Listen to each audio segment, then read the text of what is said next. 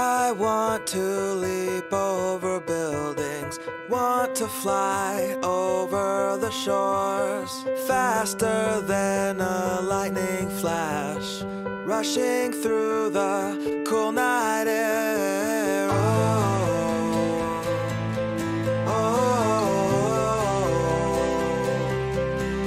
So start ignition, count to 0.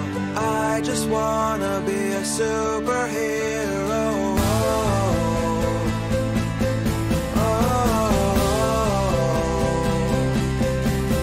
With fearless thoughts, emotions swirl, I wanna be the man that saves the world.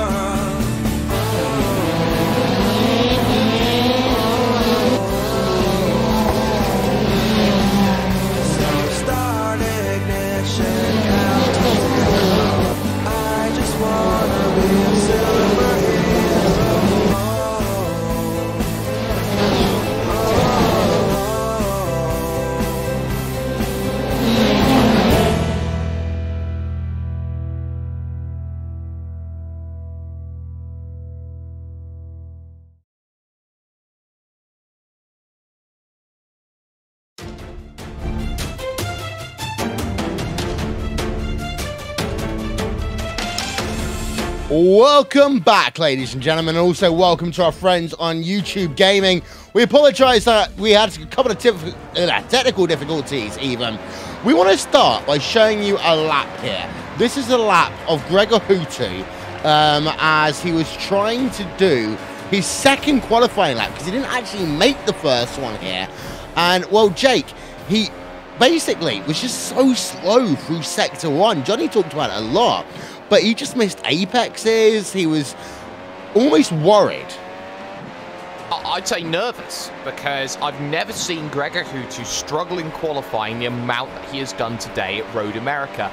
He had the issue with turn number 1 where he pushed too hard in the opening lap, and it seemed that he overcompensated on his second lap and undersped through that first corner. He then had a big wiggle coming out of 3, which was never going to be useful, and then into 5 he runs incredibly wide and misses his braking point. This is a Gregor Hutu that is mortal, that is nervous, that is struggling with his qualifying. He's back in position number 7, and traditionally when Gregor Hutu's been in the pack wheel, we've seen some crazy incidents, and Hutu seems to be like a magnet and gets involved in it. Yeah, Johnny, you noticed a couple of things. First of all, he was going very slowly on both his outlaps. Of course, on his first lap, he was just ran wide in turn number 1, had to abort the lap because he went off track. This time, the second time around, his second and third sectors weren't that bad. It was just Sector 1 that killed him. Yeah, exactly. Turn number 1, it sounded like he backed off the throttle, but it may have just been a gear change. It's difficult to read in terms of the audio there. But turn 2, rear end, no grip through that corner whatsoever. Missed the apex at turn 5, as Jake said, down the marine sweep in the braking zone. And even through the kink at turn 11 towards the end of the lap, he was losing the rear end. So I don't know what that is. I don't know if that's the slow out lap. Possibly yes, because it was so extreme. I hadn't seen any other driver deal with any issue throughout qualifying, the same issues that Hutu had. But if he puts, if those issues carry on to the race and it has nothing to do with tire temperatures, I think they will be compensated for with a heavier fuel load at the start of the race. And you got that heavier fuel load, it will stabilize the rear of the car, and I think it'll be a lot easier to handle. But I definitely think Hutu has the pace to be on the front row. He just didn't nail the qualifying lap. Okay, now let's talk about some of the other drivers in the field. It was at one point, Jay, a 1-2-3-4 for Coanda. It didn't end up that way, but they have still got themselves 3 drivers inside the top 4. It's what they wanted, and crucially enough, Martin Kroenke and Mitchell de Jong are on the front row, so they won't have too many troubles off the start. It'll be a battle against each other. Martin Piatella looked fantastic in qualifying. We didn't see too much of his times, but he's always like an assassin. He silently puts himself up there, and position 4 is where Marty wanted to be, and now where Marty is, it's up to Piatella now to go and push on with the qualifying efforts that he's had. But I have to say, it wasn't the greatest qualifying from Mac Backham. Position number 8, third in the championship, sorry. And looking to make that push against his rivals. This has everything saying Mitchell de Jong leads the championship coming out of this event, because Mitchell de Jong, on home soil, mind you, is doing fantastically. He's doing a fantastic job, actually. Josh Rogers, David Accor, both fantastic qualifyings by them here today. Josh Rogers, again, that number 92 machine has just had an absolutely fantastic performance, Johnny. And it's showing that you do not need to be the biggest team in eSport sim racing in order to be one of the fastest. No, definitely not. You just have to impress individually is number one.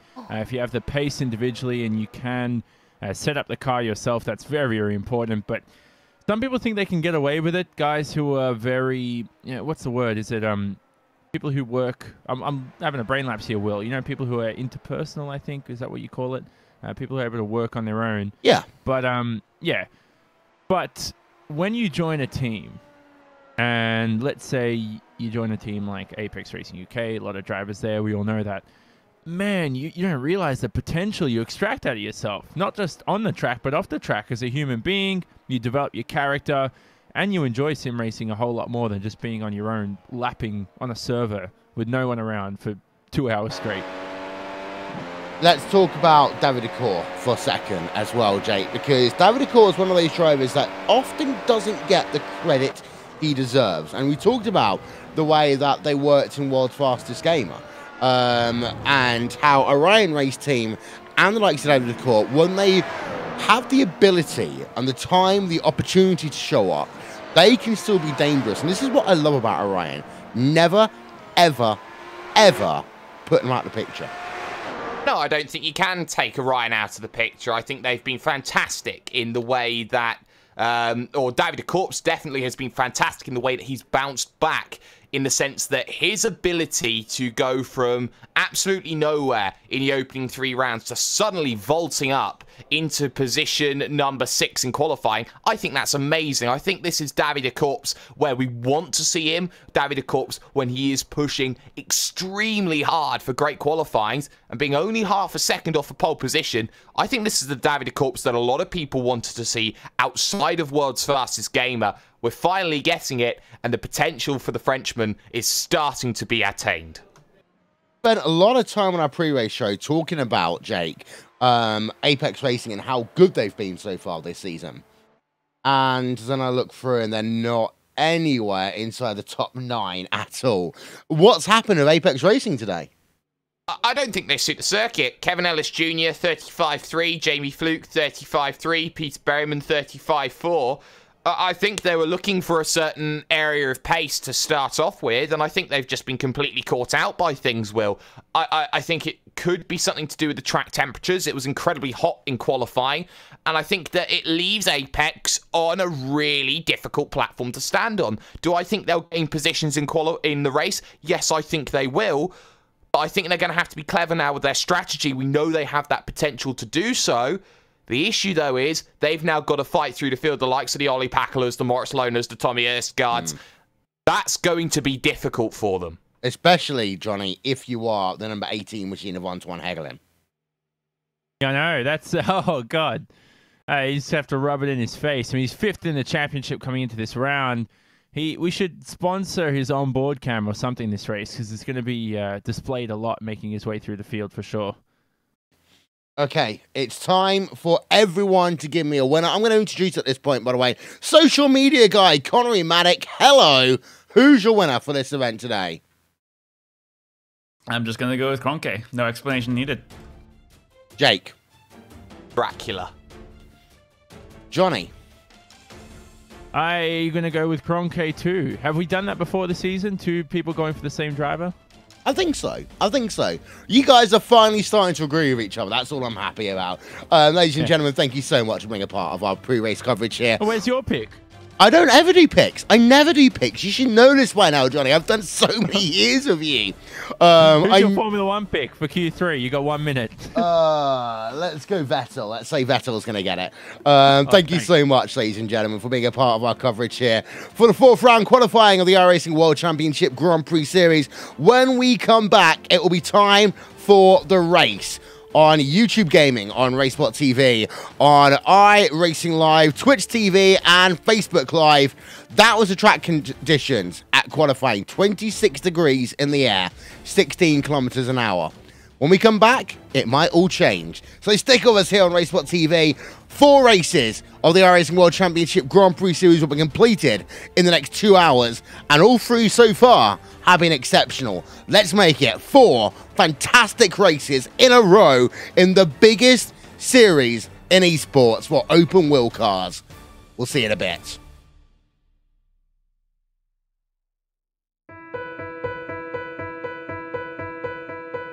I want to leap over buildings, want to fly over the shores, faster than a lightning flash, rushing through the cool night air. Oh,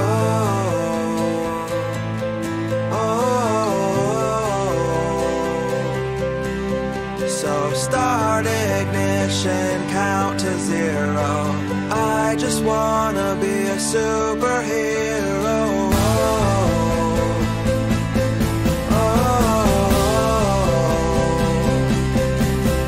With fearless thoughts, emotions swirled, I wanna be the man that saves the world.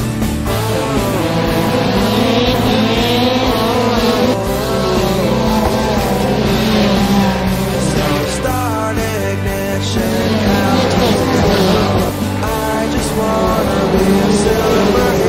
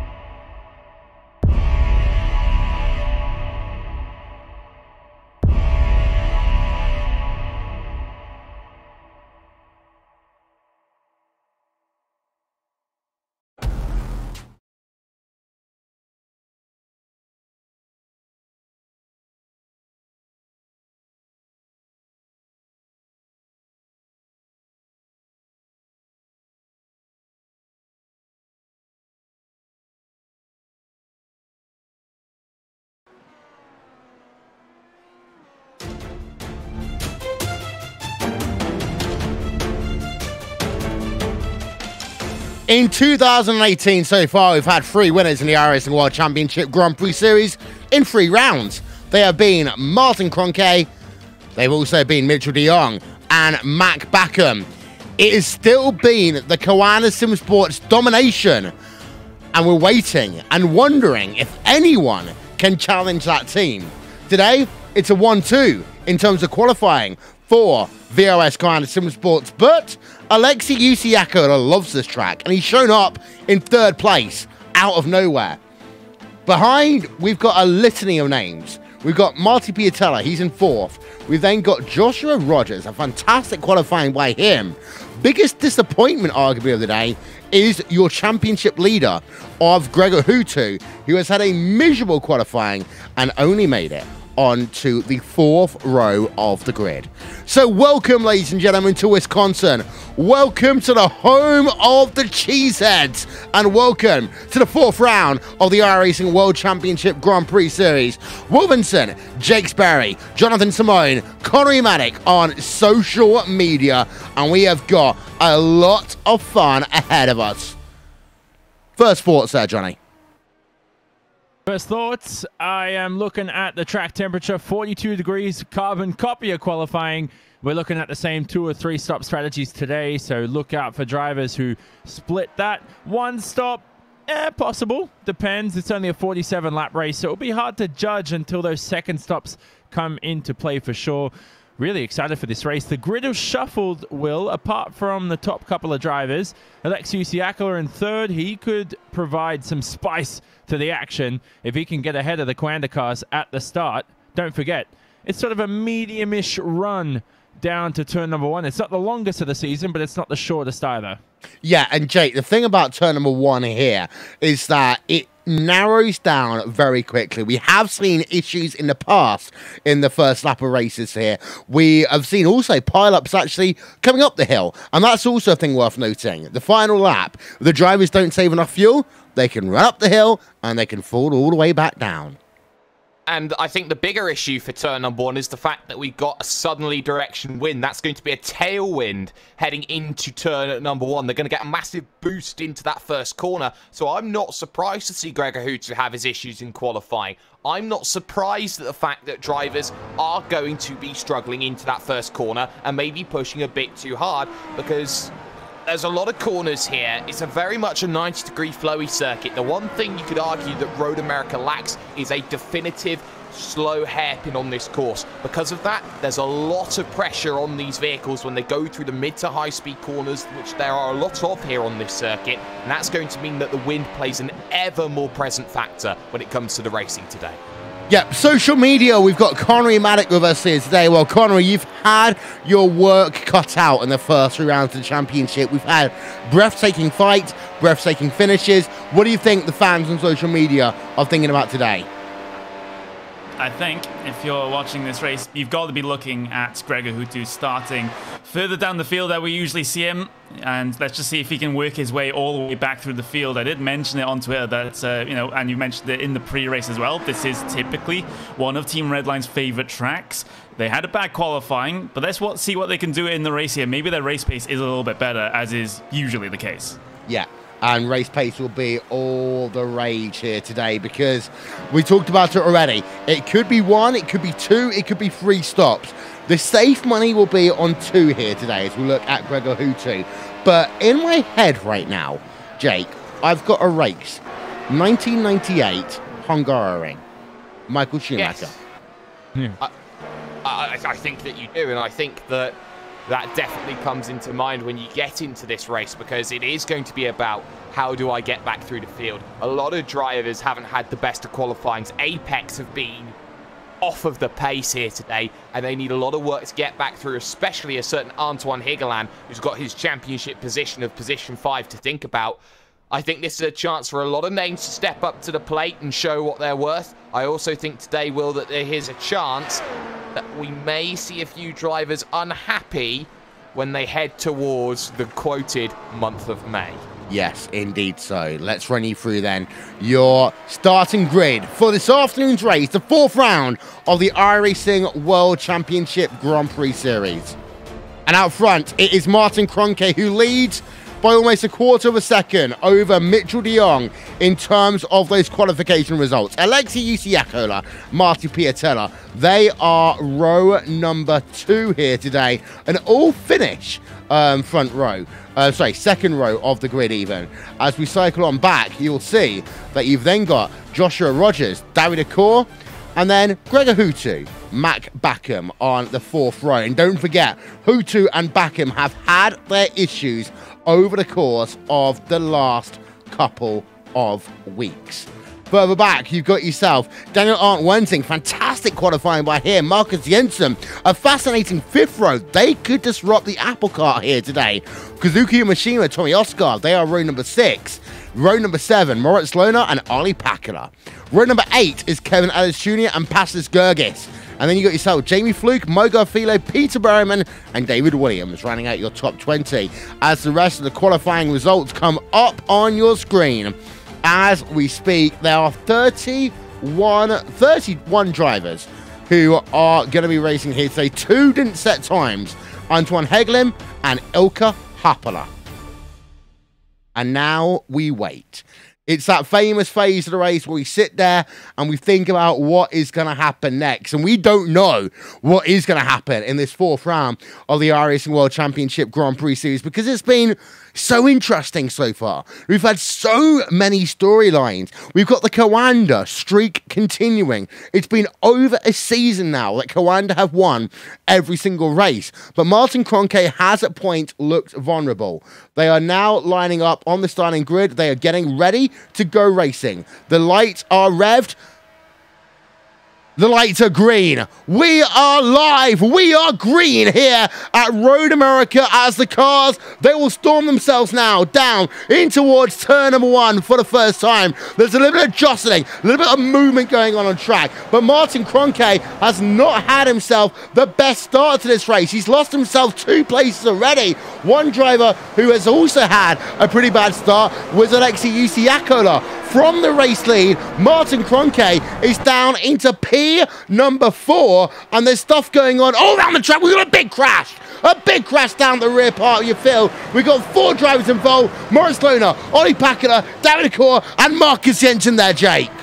Yeah, and that was a big one because that was all started by Marcus Jensen and co. As David Akor was stuck on the outside in through turn number 3, and it was just a case of he lost it on the exit of the corner. Jensen nowhere to go, spears back across the circuit, everybody running into issues, but crucially enough, it is Martin Kroenke who's also had a bad start. He lost the lead to Mitchell de Jong, and what a start. No, that's Hutu almost turned around, and he almost gets contact with Backham. Wow, so it's all going off there. Let's get ourselves a look first at this incident with Hutu, Johnny, because what a crazy first lap we've had to this motor race. Yeah, Hutu and Rogers, Hutu just slowed down on the apex and Rogers collected him, so just a slight tap can do damage there at the carousel, and Hutu now, he's fallen back just a couple of positions from that, so not the end of the world. Yeah, now let's go back and let's have a look at the start of what has been a crazy one. I want to have a look, first of all, on board with Martin Kroenke as those lights get ready to go green. We can hear the engine notes here.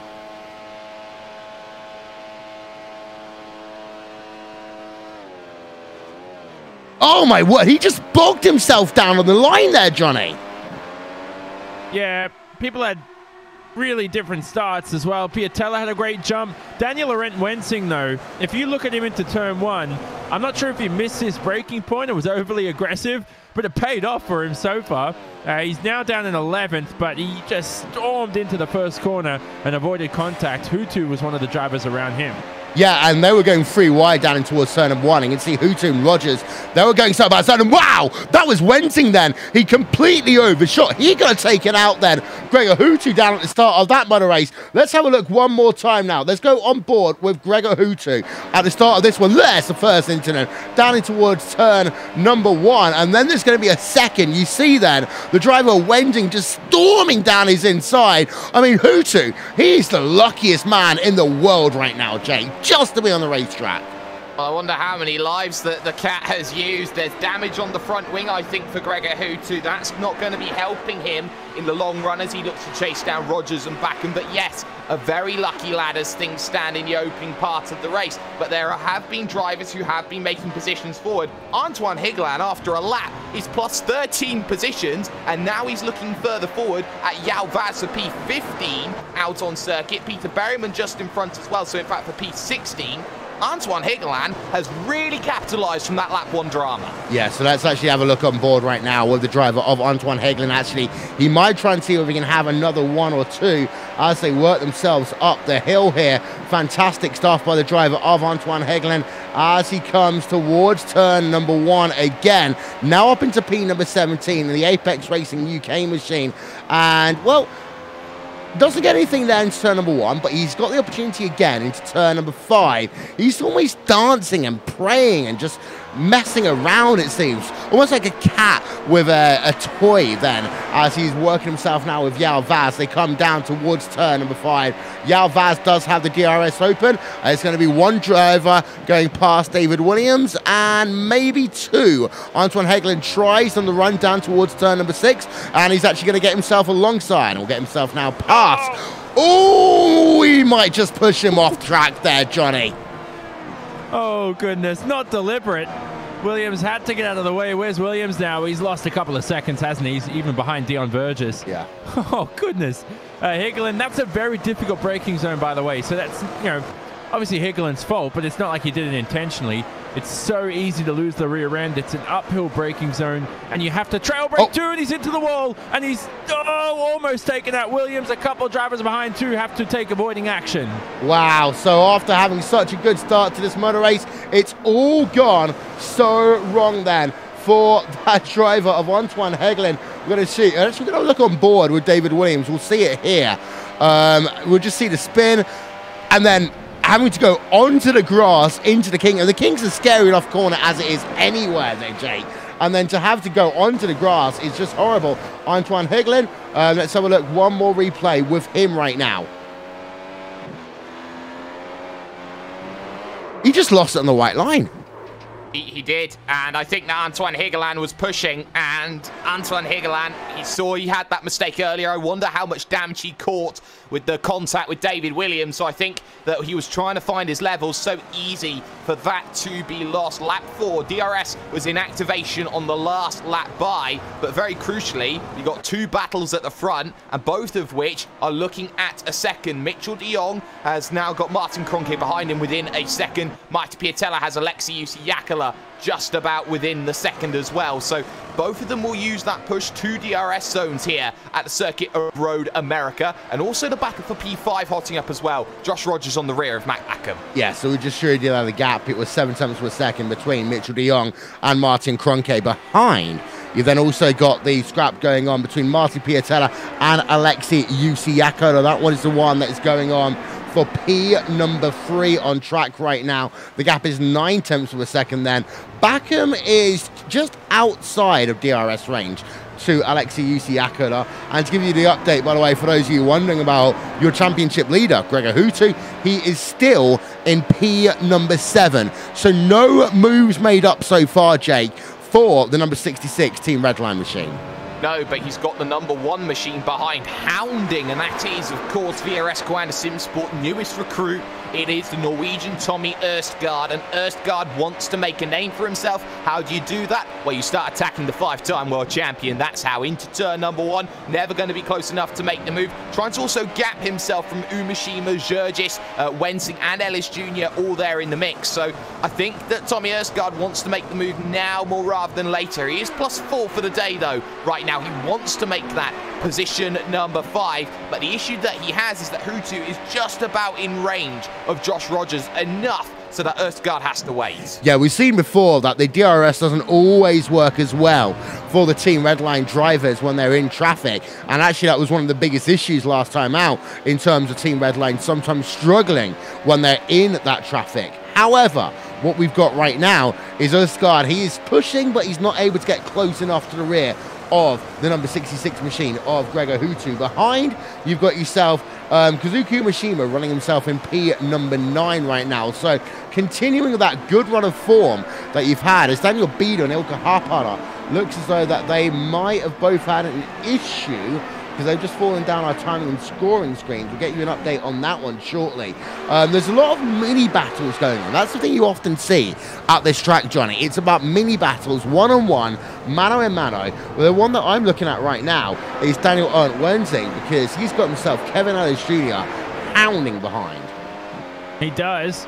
And Kevin Ellis Jr., he had those technical gremlins at the start of this race, the same ones that were hounding him the race prior at Montreal. He was leading his first laps ever in his career, Will, and now he's nowhere near first place here at Road America, so things can change that quickly in this series. Don't want to get complacent. You want to make sure you figure things out each round. But ahead of Wensing is Paschalis Georgis. It's good to see him return to the top 10. And I have to say, have a look at Kazuki Mishima, who's on... Well, as I say, have a look at him, he makes a mistake. I was about to say he has cracking pace for this early stint. Yeah, he's got the DRS flap wide open right now. Has Kazuki Mishima over Tommy Erskard as they work themselves into 5 once again. But because he made that mistake down at turn number 2, Jay, he wasn't able to capitalize on that very long run. Actually, the best passing opportunity on track into 5. No, he wasn't, and Kazuki Mishima is getting a lot of help from Gregor Hutu now, starting to break away from Erstgaard, as Erstgaard did a 1.3 on the last lap by. Compare that to the 39.9, that was 4/10 Kazuki Mishima's found. Through this carousel, 9 into 10, always very difficult because you want to put that power down, and you will see later on in this race just how many marbles you will see on the outside line, and through the right-hander, 2 contrasting different lines there. It was much tighter from Tommy Erstgaard, heading now to the kettle bottoms, heading now to the right-hander at Canada corner, and right now Umeshima gets an opportunity now because that's a mistake from Tommy Erstgaard. Here comes the chance, but he's on the outside of Bill Mitchell. That's never going to help. Yeah, not into Bill Mitchell, Ben. It's very hard to make a pass there, and what that does is it allows Paschalis Georgis to get back into the mix as well. So now you've got 3 drivers, 9, 10 and 11, really going at it as they come past the start-finish line. Back on board with Mishima, not quite going to be close enough up the hill. As you can see there, the ERS light flashing for Tommy Erskard. Behind, Georgis currently still remaining inside P number 10. Let's go actually back to the front of the field though, Johnny. Let's talk about Mitchell de Jong and Martin Kroenke. Kroenke now back up into 2nd place. Piatella in 3rd. So he's now a 1-2-3 again for Coanda Sim Sports. But your top 2 drivers are pulling out a substantial gap. Yeah, what it looks like at the moment is Young and Kroenke are going to run away with this race with a top 2 battle. The battle for the podium looks intense, though. Hutu goes through on Josh Rogers, though, with a brilliant move. He's up in the 6th, though. I think at the moment, it looks like the top 2 positions, the pace that de Jong and Kroenke have, it almost looks unmatched by anyone else. But most importantly, the battle for that final podium position, Will. It could go out all the way down to P10, 11, 12. Those guys could be in contention. Yeah, there's the replay then. Hutu up into P number 6, Jake. Yeah, comfortable move down the inside, and I think Josh Rogers knew that he was beaten the moment that he looked to turn into turn number 5. Hutu was so resilient, and he just waited for his chance, and then Josh Rogers had nothing left to fight with. So Hutu's done well, 39.6 on that last lap. He's now starting to show that pace that we know he has. So the next big question becomes, Hutu's got to get past an old foe in Mac Backham. Fireworks may fly between the 2. But I wonder, Will, if this is going to be a 3-stop versus 2-stop race, because the times already for Mitchell de Jong have gone off by a 2nd in 6 laps. Yes, 139.873 last time by for Mitchell de Jong. Compare that to a 138.822 that has been his best lap of the day. Similar situation, really, for the driver of Martin Kroenke. Let's get this one up on your screen then. And this is Mitchell de Jong. As you can see, it's about a 2nd is the difference now between his fastest lap and his last lap. Martin Kroenke in a very similar situation. Martin Piatella has not had as much of a drop-off there, Jake. He's only had himself a 6/10 drop-off.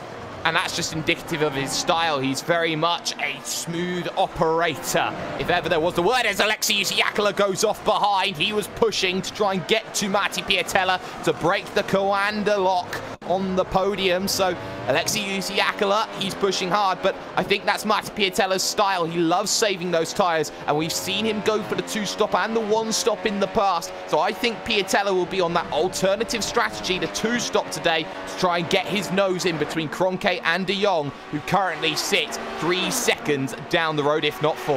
Yeah, Roger's still doing a good job, though. He's lost that position, that 1 position to Gregor Hutu, but he still remains in 7th place in that Burst eSports car. Having a look, retirees from this event. Let's run through them very quickly. Moritz Lohner is out. And Marcus Jensen, David Acor, Ollie Pakula, Ricardo Orozco, Jamie Fluke, and Antoine Hegelin.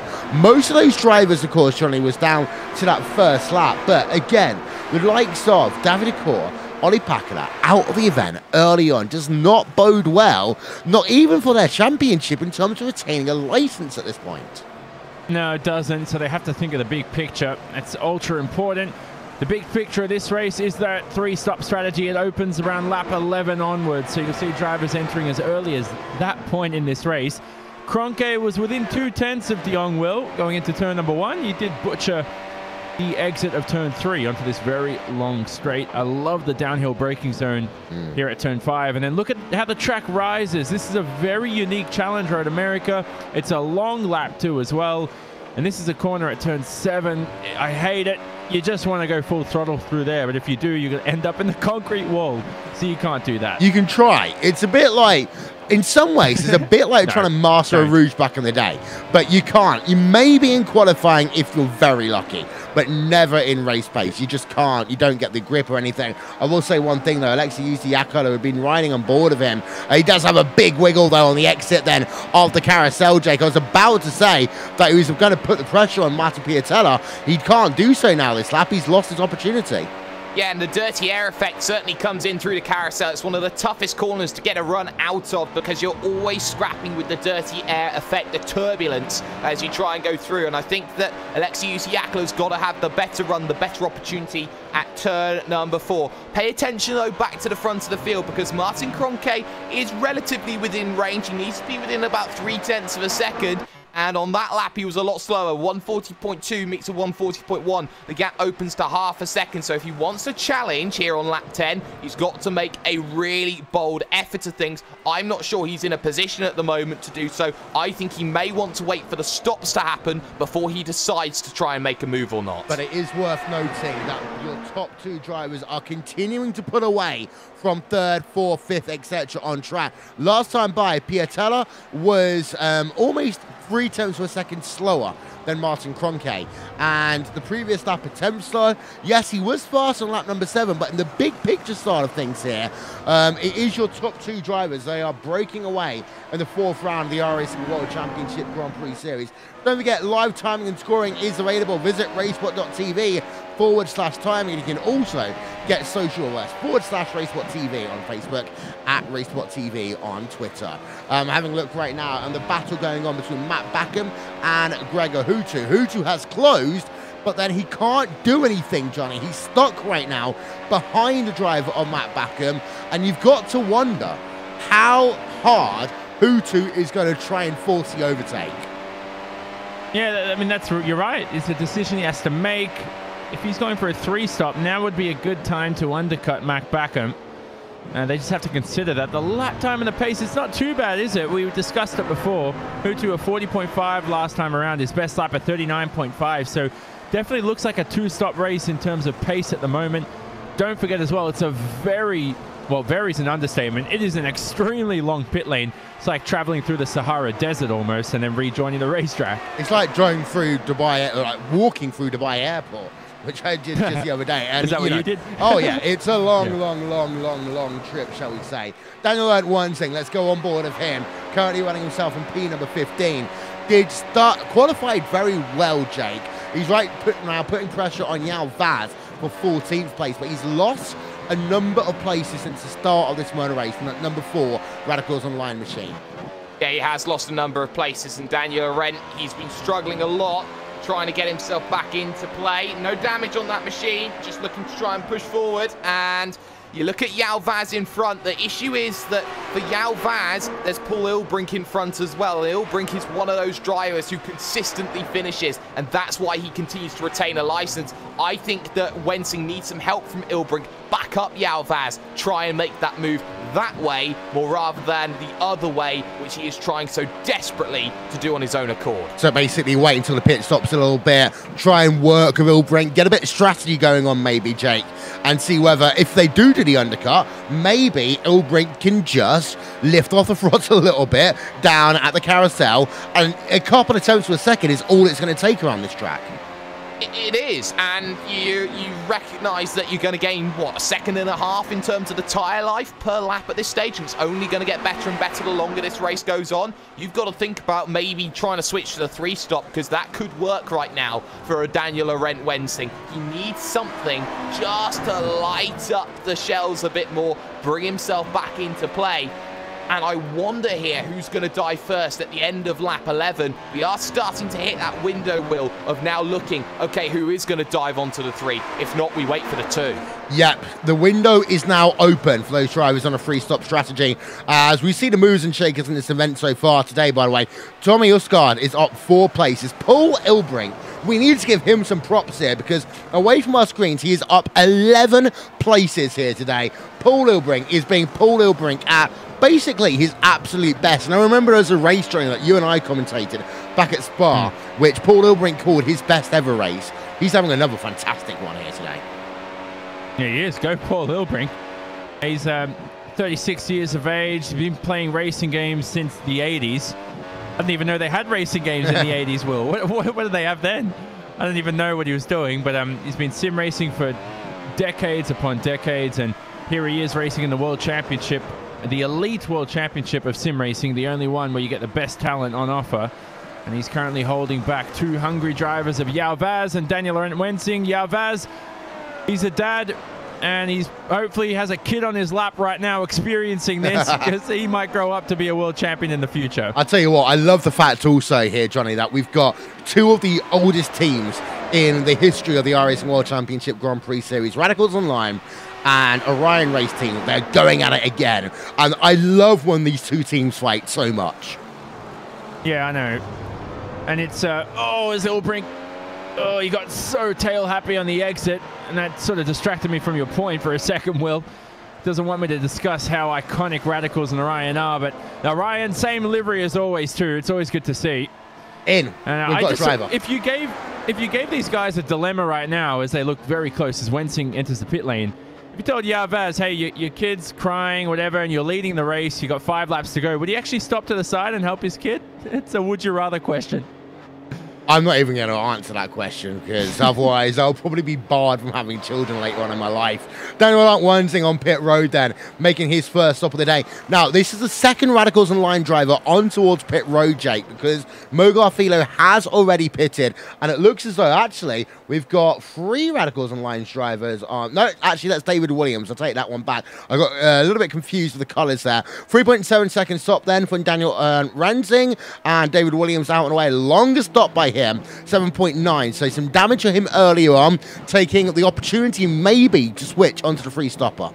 And that's crucial, because Ilbrink now is battling with Yao Vaz, and that's crucial because if they're starting to hold each other up, and we saw the cutback move, or we didn't, but I hope we will, there was a cutback move from Ilbrink on Yao Vaz, and now Vaz has nothing to fight Paul Ilbrink with. Perfect for the driver of what is going to be that of Daniel Laurent Wensing. But you look at that, you think, okay, time to get the hammer down, time to get on thinking, time to get on moving. Same can be said for the battle P3 backwards, because now the Backham train has just caught up with Alexei Usiakala and Marty Piatella.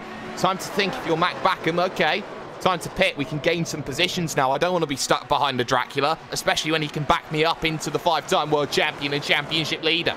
Yeah, indeed. So, Gregor Hutu in P number 6 right now. We're on board with Matt Backham. Hasn't made a pit stop here today. And, of course, is now 14 laps into his stint. And in terms of that strategy here, Johnny, a 2-stop to a 3-stop strategy is not many laps between them. There's only 47 laps in this motor race. No, so far this looks like a two-stop right now. I think they can stretch it out. There's a lot of drivers in the pit lane right now. We'll see where Daniel Laurent comes out. In terms of the rest of the field, Vaz is still in the pit lane here. I think Daniel Laurent's gained a heap of time with that undercut. It's going to work out ultra well for him. Yeah, here he is then. He goes past 1, 2, almost 3 drivers. He's going to swarm past there. In fact, he will get himself past. Also, the driver of Kevin Ellis Jr. Ellis Jr. hasn't even pitted. He has pitted even. He did a 12.1 second pit stop. Wenzing then, in that number 4 machine, is going to gain pretty substantially. Let's have a look at the pit stop times of the drivers that have just come out. You've had yourself Kevin Ellis Jr. He did a 12.1 slow pit stop, but he goes down to the inside of the driver of Wenzing in towards 5. Wenzing pushes wide. Ellis Jr. has the inside line into turn number 6. End of story. Thank you for coming. Apex Racing UK gain up a position. Wenzing then back down a position. Paul Ilbrink. And here comes Martin Kroenke then onto pit road. Oh, for the move, Will. Oh, sorry, for the move even. Yeah, you're right. Oh, God. He had a good look there through turn number 1. He's not close enough. Here's the chance then through 2 and through 3. Any takers behind onto the lane? It seems that we have a couple, potentially. Matt Piatella's in, Josh Rogers in, Erstgaard, Umashima, all of them deciding to make the dive. But again, issues for Kroenke coming out of 3, unable to make the move. And I think he doesn't want to pass at this stage, Will. I think he's content to sit behind and try and force Mitchell de Jong to pit first. And he can very happily sit and wait and do that. But the longer they sit and wait and do it here, Will, the more chance there is of these drivers behind making that pit stop and going, well, okay, we're going to try and undercut you. Could you imagine if Marty Piatella wins this race? 4 different Commander drivers winning in the first 4 rounds of the championship? I mean, that would just be absolutely insane, Johnny. As Rogers... Go on. Yeah. No, I was going to say, it's like 2012 Formula 1. We had, what was it, 7 different race winners. And even that race, even that season, sorry, if you clutch at straws and some races went different ways, you could have had 9 different race winners to start that season. But anyway, Josh Rogers here is, well, country mile behind Marty Piatella. The top 2 is interesting. I'm pretty sure as teammates, you know what the other teammate's strategy is, unless you faked it and gave him some fake numbers during the week, which I've done before. Sorry, a few of my teammates who I still love. But here they go through the final corner. This is the deciding moment. Kroenke continues away. It looks like they're really stretching this first stint to the max. Yeah, so they look as though they are going to go as long as they possibly can. This could open the door to a couple of people, although we've got ourselves Alexei Yakola still on track as we speak as well. Matt Backham is still on track. Gregor Hutu is still on track. Pashis Gergis is onto the lane, Jake. Yes, Pash Gergis onto the lane, the only Greek driver in the World Championship this year, and a driver who wants to start thinking about pushing forward with core sim racing, making sure that they get that opportunity. And I think here that there was another half look from Martin Kroenke, and that wasn't going to work, as he's looking to try and get the run up towards number 6. He's not going to be able to be close enough to make the dive. Out of pit road then comes Pashalis Gergis. Through goes Marty Piatella. Through goes Josh Rogers. I expect him to come out at the back of this group, because Erstgaard's going to go through, as is Umashima, and it's a long, long wait before you get to Kevin Ellis Jr., and he's out very much in clean air. Yeah, he is indeed. Let's go back then to your race leaders underneath the Speedfield Bridge, because sausage is all we do. On board then with Martin Kroenke. You can see already, Johnny, that he's really struggling, Kroenke, in that dirty air. Now, that's one of the fewest weaknesses about Martin Kroenke. He doesn't work as well in dirty air compared to other drivers sometimes. And he does sometimes look as though he's almost trying to just start out the way, not to... Oh, and wiggle. That proves my point. Yeah, it proves your point. I think it's also the tires too. So there's a lot of contributing factors here, and it's not an easy task right now for Martin Kroenke. He's got multiple things to deal with. They both pit at the same time. That's boring. Unless one of them beats the other through the pit lane. Look how late Kroenke brakes. That is practice to the max. That is 2 weeks of effort. Entering the pit lane, finding your braking point. Good stuff from Martin Kroenke. And don't forget, it was an uphill braking zone too. He's allowed to push a little bit extra to the limit. Yeah, that was very brave there. And actually, that's one thing that might come back to help both of these drivers, specifically Martin Kroenke, if it's very close out the line. We want to have a look here from our aerial coverage brought to you by And One Design, because of just how close this one could be. So, Out of the way. They're going to be side by side coming out the line. It's going to be Mitchell de Jong first. Where is Marty Piatella? Marty Piatella isn't going to be anywhere near close. So, Jay, we thought maybe it could well be a bit of a switchback there for Marty Piatella. He doesn't do so. He's actually still 2.3 back. Yes, but look at where Alexius Yakala is. He's with Tommy Erstgaard now, so he's dropped massively in terms of his strategy. So for Piatella, he's got a massive jump on where he wants to be. Josh Rogers has got past, and let's not forget here, Hutu went for the overcut strategy. He's gone longer than anybody else has in terms of his tyres, and this is going to be a disaster at this stage for Hutu because he's only going to be dropping backwards. Behind Yusi Yakala, he's going to be behind Kazuki Umeshima at this rate. Unless, Jake, unless Gregor Hutu does the bold choice and do a one-stopper. And we know that Gregor Hutu does amazing, crazy strategies. We know Gregor Hutu is the best driver in the entirety of sim racing in the latter part of a stint. This could be Gregor Hutu just saying, okay, I've waited, now I push. Well, it's a case about rolling the dice then for Gregor Hutu. And in fact, he's going to dive down onto the lane right now. So this is going to be vital in terms of where Gregor Hutu comes out. Big, heavy locks as he tries not to speed coming onto pit road, which is down at 72 kilometers an hour. He's got to be careful. Other drivers then are getting a little bit in the way. Ilkka Haapala right now, I believe, is due to come onto the lane. He's staying out for a little bit longer, but you're seeing right now, through will go Kroenke, through will go de Jong. The leading two, which is de Jong followed by Kroenke. Finally into the lane is Gregor Hutu, and look how long this wait's going to be. The front wing being changed as well because of the damage earlier on, Will. This is a disaster stop. Yeah, he was the fastest driver of everyone today onto pit road, but a 9.1 second pit stop. He's been passed once, twice, maybe again. And guess what? Mike Backham's in front of him again, Johnny. Oh, here we go. Race winner Mac Backham now. He's got that to his name. He's got the title. And now he's got the fresh rubber, though. That's the important part. So, okay, it's a terrible strategy so far, and it hasn't worked out for him. Here's the first DRS zone of the racetrack. He's going to be... I don't think he's going to be able to get past Mac because he's in that DRS/ERS train we always see. But most of all, for Hutu right now, he's got that fresh rubber. And we've got side-by-side going on Tommy Erstgaard and Kazuki Umeshima. This is what P number 8 on track right now. And Tommy Erstgaard, look at this. They're staying side-by-side. I think they stay side-by-side as well into the carousel. I think they're going to try and do so. One of you drivers are going to have to stop at some point because the next corner is the kink and you cannot go side-by-side through there. Don't do it, guys. Don't do it. They're going to go side-by-side into the kink and into the wall. We'll go Kazuki Umeshima. And if there's ever been a message as why you don't go side-by-side through the kink in a Grand Prix car at Road America, that is your reason. Kazuki Umeshima puts it all on the line. And just like Shinsuke Nakamura, it all went wrong into the wall. Kazuki Umeshima, big hit, Jake.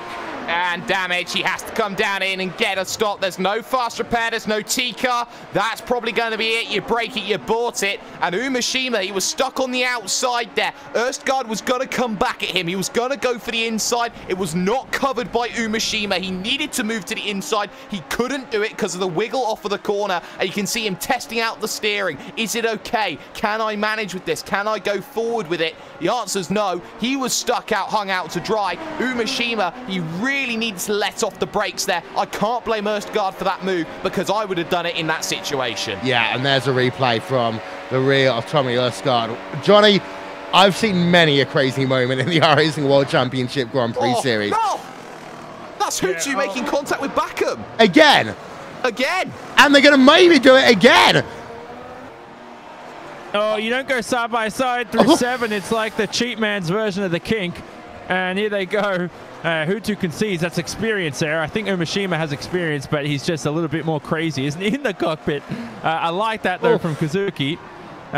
Where is... Umeshima's all the way down the field as well. He's out of the race, as we know. And it's just why Hutu right there decided the best. Don't go side-by-side through... definitely not this corner, the kink, but turn 7-2. Yeah, and it all started off as they got bunched up into turn number 5. We're having a look then from the aerial coverage brought to you by And One Design. They did it again underneath the Corvette bridge into turn number 6, made a little bit of contact. They tried going side by side into turn number 7. I tell you one thing, Dom Doohan right now is going to be livid, Jake. Oh, we know he is, as they're side-by-side as Hapler, who still hasn't pitted on lap 20, gets overtaken by Josh Rogers for what is going to be position number 4 on circuit. So that one, a move being done. Yes, I think there will be a certain Dom Doohan who will be very, very livid. Gregor Houtu will be incensed behind the cockpit, and I wonder if the red mist will start to descend. But someone who we haven't talked about so far, the very man who can, because he's come down in, he's made the stop, he's back out again, he's in P6, but not for long. Here comes Count Dracula, Alexiusi Yakala. He makes the move and he makes it look comfortable. Yeah, Berryman then down into P number 7 as a consequence. Crazy hour has just kicked off here at Road America. We are lap number 20 of 47 in the 4th round of the iRacing World Championship Grand Prix Series, the premier eSport series for open wheel racing in the world as well. We've seen today, we've seen a couple of issues, Johnny. We've seen a couple of moments when we've just had our heart stopped. But what we have still got going on is a great battle up front. We've got Mitchell de Jong, Martin Kroenke going at it. 3 tenths to a second into Canada corner. And I think now Kroenke is starting to get ready to pounce. Yeah, the weird thing is they put it at the same time. So I think either they're purposely making this a fair battle. It's so difficult to overtake, though, especially when these two are on pretty much similar pace.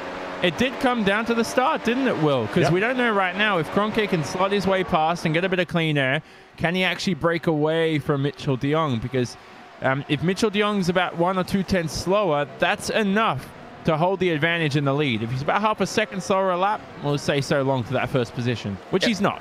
Ilkka Haapala is finally in. Lap number 21 of 47. Now, I tell you what, Jake, at this stage, be brave and do a one-stop, in my opinion.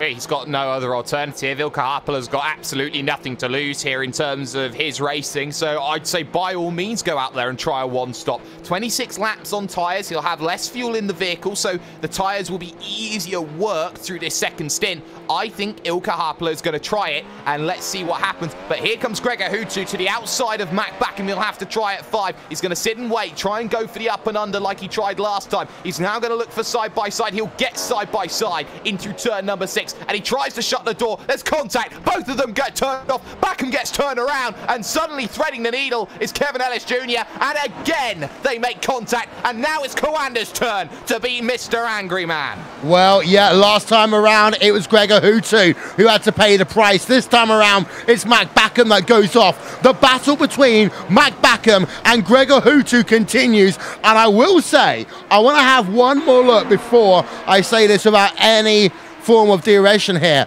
because it looked as though that maybe Houtu pushed up that time. Here we are, the run up to 5, the run through to turn number 6. They come underneath the Corvette bridge.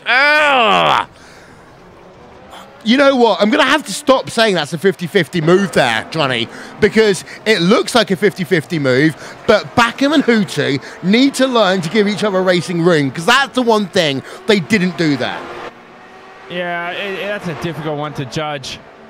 I mean, you can't really tell if Houtu was going to make the corner or not, because they made contact mid-corner. It seems like their apex speeds were exactly the same. So you have to look at the angle as well. That's a difficult one to judge. But, yeah, look, it could have been avoided. It could have been a little less aggressive from Gregor. Mac could have given room. I don't really know. I don't really want to judge that one. That's way too hard for me to put blame on anyone. It's just, again, these two colliding for another time. It's just not good for the reputation. Yeah, and Houtu's going to get himself back past Kevin Ellis Jr., back up into P number 9. And Jake, this is the thing. I mean, Dom Doohan, as we know, team principal for Team Redline, is going to be livid. The guys over at Coander are going to be livid. This is the epitomization of that battle between Redline and Coander. And I think now it's personal between these two. I think it certainly is, and I can't believe that Gregor Houtu is getting involved in such mind games between himself and Mac Backham, because you look at Gregor Houtu, he's a 5-time world champion. His legacy is unfallible in terms of what he has done for sim racing. He will always be considered one of the legends and the forefathers and one of the Mount Rushmore members of sim racing. But Gregor Houtu getting caught up in incidents which he doesn't need to, it's only harming himself and his championship push. He knows what he needs to do. He needs to race cleanly and race for victories.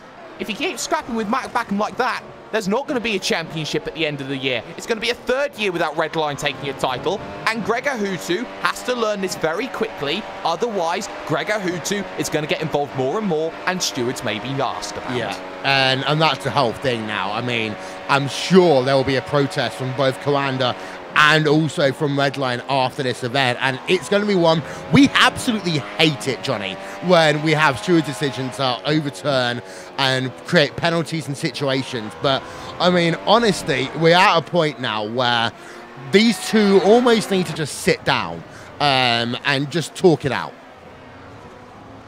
Maybe they're on different teams, so who knows? But I mean, this reminds me of Massa and Hamilton. Remember in 2011? Oh yeah, they just kept colliding, and definitely the worst season of Lewis Hamilton's career by far, and it wasn't a memorable one for Massa either. So who knows? They'll sort it out. Sometimes you just message a driver after the race and you discuss it privately. I like the really friendly drivers, and the ones like Houtu as well, and Mac. They're the ones who would approach this with rationality. Yes, they're not going to go too angry or too beyond what they should. They're not going to be a young kid arguing the incident. They're just going to discuss what went on. They're probably going to agree to disagree, and that's the way it works. You do it respectfully. You do it with grace. Yeah. Out front, though, Mitchell de Jong and Martin Kroenke, they are not now just battling for the race lead, Jake. They are battling for the lead in the World Championship. Well, I don't think that Martin Kroenke is in a position to get the World Championship lead at the moment, but I certainly think he'll get a good points haul and will look to try and take second position away. For those wondering about Matt Backham, he's in position number 12 at the moment, trying to chase down Daniel Arendt Wensing, but vital points for Mitchell de Jong. He needs to win to get that championship lead, to build it as a driver who is doing a sterling job in every single series that he's racing in. And let's not forget there's a GRC Rallycross Championship that'll be coming up as well. So that's going to be, for Mitchell de Jong, all about how many championships can I accrue. He could be the first ever person, Will, to be a two-time champion, hold 2 championships in the same calendar year. Yeah, and a number of people have tried it over the years, but no one has ever had the chance. We've got a spin. That's Alexei Yakola. Uh-oh. Yeah, he spun at turn 3, and all on his own there, Will, as well. So not the best of races so far for Alexei Yakola. This is one of his good racetracks, in my opinion, so it's very rare for him to see just a huge driver error. No excuse for that one. And it's just unpacking. I mean, all of a sudden, Yakola became the biggest thing that Team Redline could potentially have in this race. And now it's 1, 2, 3 for Coanda. And then you got yourself a 4th Coanda driver in 6th place before you even get to Team Redline. But we've got to give some props up here again, Jake. Josh Rogers running in P number 4. Burst Esports are having, in my opinion, the season that FAG2 Racing wanted to have. This is the season right now for Burst Esports that there will be people queuing up now to join this team. And let's not forget that Josh Rogers has had a torrid time of things at the start of the season, and he needs every point that he can get to put himself inside the top 20 to guarantee a license for next year. So Josh Rogers, understandably, needs to keep on pushing. He's 0.4 of a second quicker than Matti Piatella on that last lap. He brings the gap down to just 2.4 seconds, and all of a sudden, it could be Josh Rogers who looks to break the Coanda lock at the podium. And let's remember, only 3 times in sim racing history, or in the iRacing World Championship history, has the same team locked out every spot on the podium. Here comes Jussi Jakola, though. He's diving down the inside of Tommy Erskard, but Erskard's going to fight him on the outside, but he's got nothing. Yeah, and that is then another Coanda versus Redline battle going on. We're at lap number 25 of 47 here on RaceSpot TV and on iRacing Live. We're going to take a quick break. We'll be back with more action after these messages. I want to leap over buildings, want to fly over the shores, faster than a lightning flash, rushing through the cool night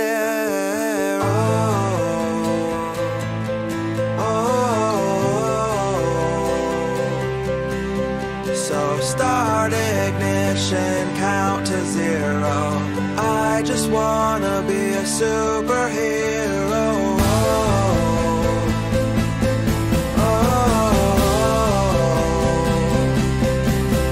With fearless thoughts, emotions swirl. I wanna be the man that saves the world.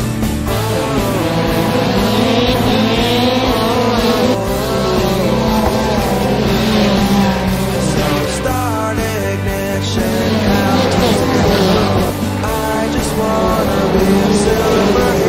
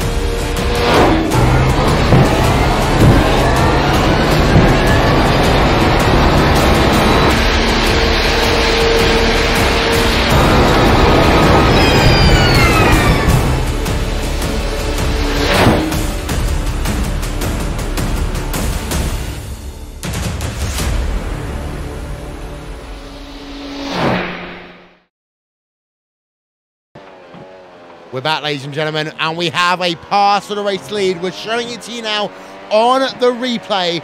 Martin Kroenke has gone to the race lead here then at Road America. He's overtaken Mitchell de Jong. It was down, a bold move there, down into turn number 5.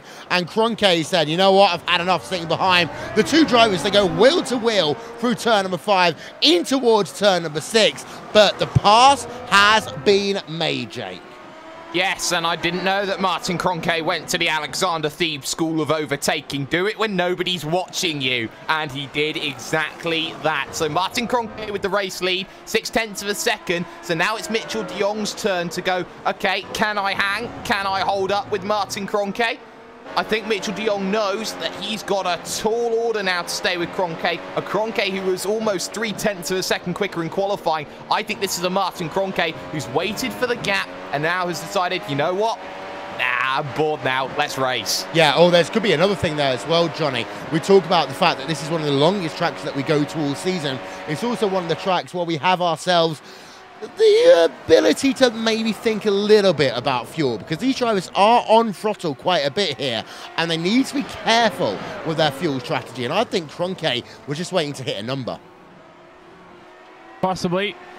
ERS2 you have to manage, so that's something that is important. I'm just trying to keep one eye on Hutu as we discuss this. Very close to Tommy Osgaard here. He goes through turn number 3. It's a lot slower than progressive than the first corner, so they become slower and slower. Very easy to lose traction at a 3. Here's the long straight though, under that, I don't know what you call that, Sargento 18-wheel truck bridge. I don't really know the name. Blocks the inside Osgaard, and that forces Hutu to the outside at the last second. Here he goes now, and has all the grip on the racing line. That was a brilliant move from Hutu and brilliant reaction times from a guy who's approaching 40 years old. Yeah, that's the sort of thing. If you actually, that's one of these other situations. If you ever hear anyone say Gregor Hutu does not know how to race and doesn't know how to overtake, just show them this pass, because this was fantastic. We're having another look then from our aerial coverage brought to you by And1 Design on the 4th round of the iRacing World Championship Grand Prix Series. And it all starts there. Osgaard knew that he was in a bit of difficulty. He goes defensive, and then Hutu just goes to the outside, brakes later. Last of the late breakers, Gregor Hutu gets onto that little rumble strip on the exit of the corner, Jake. Brilliant pass. Yeah, it's a fantastic pass, and I've never had a doubt about Gregor Hutu's passing capabilities. I've always had a worry about Gregor Hutu's setup, which allows him to use those passing capabilities. And I think that's what Gregor Hutu sometimes gets the credit of being a bad overtaker for. It's the fact that he struggles to get the setup that works for him. Able to make that work for him now. He's got a bit of gap now that he can work with and push. It's the Berry man who can. In position number 5, he's got Chase, who is plus 14 for the day and about 4 seconds to work with, 0.6 a second a lap quicker. Yeah, let's go through the field a minute as well. We're on board of Balas Remniak in the Vortex Sim Racing car, because right now he is battling Diego Oliveira in the Evolution Racing Team car, and over the last few laps he's gained 1.8 seconds there, Johnny, over Diego Oliveira. And as they come past the start-finish line again to complete lap number 28, it's a 141 for a 141.152 then for Diego Oliveira. A tenth and a half, shall we say, faster for Diego Balas Remniak there. Yeah, and Diogo's a character where he's on his own right now at ERT in terms of this series. ERT is a big team, as Remniak now as DRS. Should slide his way past. Simple move for Balazs Remniak. Good move there from him. Impressed the big guns in that Vortex Sim Racing car. As Oliveira tries to go for the cutback, doesn't work. But what I wanted to say was Oliveira is actually good working on his own. You know, it's a struggle for some drivers, but right now, being able to test on his own, he's good at being that isolated figure, and I credit him for it. It's a tough job. Yeah. Social media, we've got Connery Maddock, who's been with us all day long. And well, Connery, the big talking point that's been going on, of course, on social media is the continuation of the battle between Mac Backham and Gregor Hutu. They've had now a number of issues on track, and he was saying that worst case scenario, WWE style. Let's get some commentary on. Yeah, exactly. Well, we'll see what happens there, but yeah, that's definitely not the first time they've made contact this season. I don't think it will be the last time that we see those guys get themselves involved into an incident this season. They seem to be all the time on the same piece of real estate in terms of the circuit. So if they're there and they're that aggressive all the time with each other, this is going to be a theme. Yeah, and of course, you can be social with us /RaceSpot TV on Facebook, at RaceSpot TV on Twitter. Keep up to date with everything that goes on, not only in the iRacing World Championship Grand Prix Series, but of course, all the other series on the RaceSpot family of networks as well. Yalvaz on pit road. We've just seen there the driver of Kevin Ellis Jr. in and out. Daniel Bieder is on pit road as we speak. Second pit stops are really upon us now, Jake. Yeah, they are upon us, and I tell you, someone who's pushing harder than ever, it is Mr. 5-time, and it's Gregor Hutu. 39.4 he did on that last lap, 0.2 quicker than Martin Kroenke on that last lap. Hutu has now got a bit between his teeth. The only person who's going to change his result right now is Gregor Hutu. Forget what's happened with Matt Backham for now. This is a Gregor Hutu on a storm because he's got the Berry man who can in front, and I think he knows that he's got to use the tyre life now and get a fresh set on as soon as possible. Oh, yes. This is where Road America can get fascinating in the last couple of laps, Johnny. I mean, we've commentated a number of races over the years. We've got a car on towards pit road.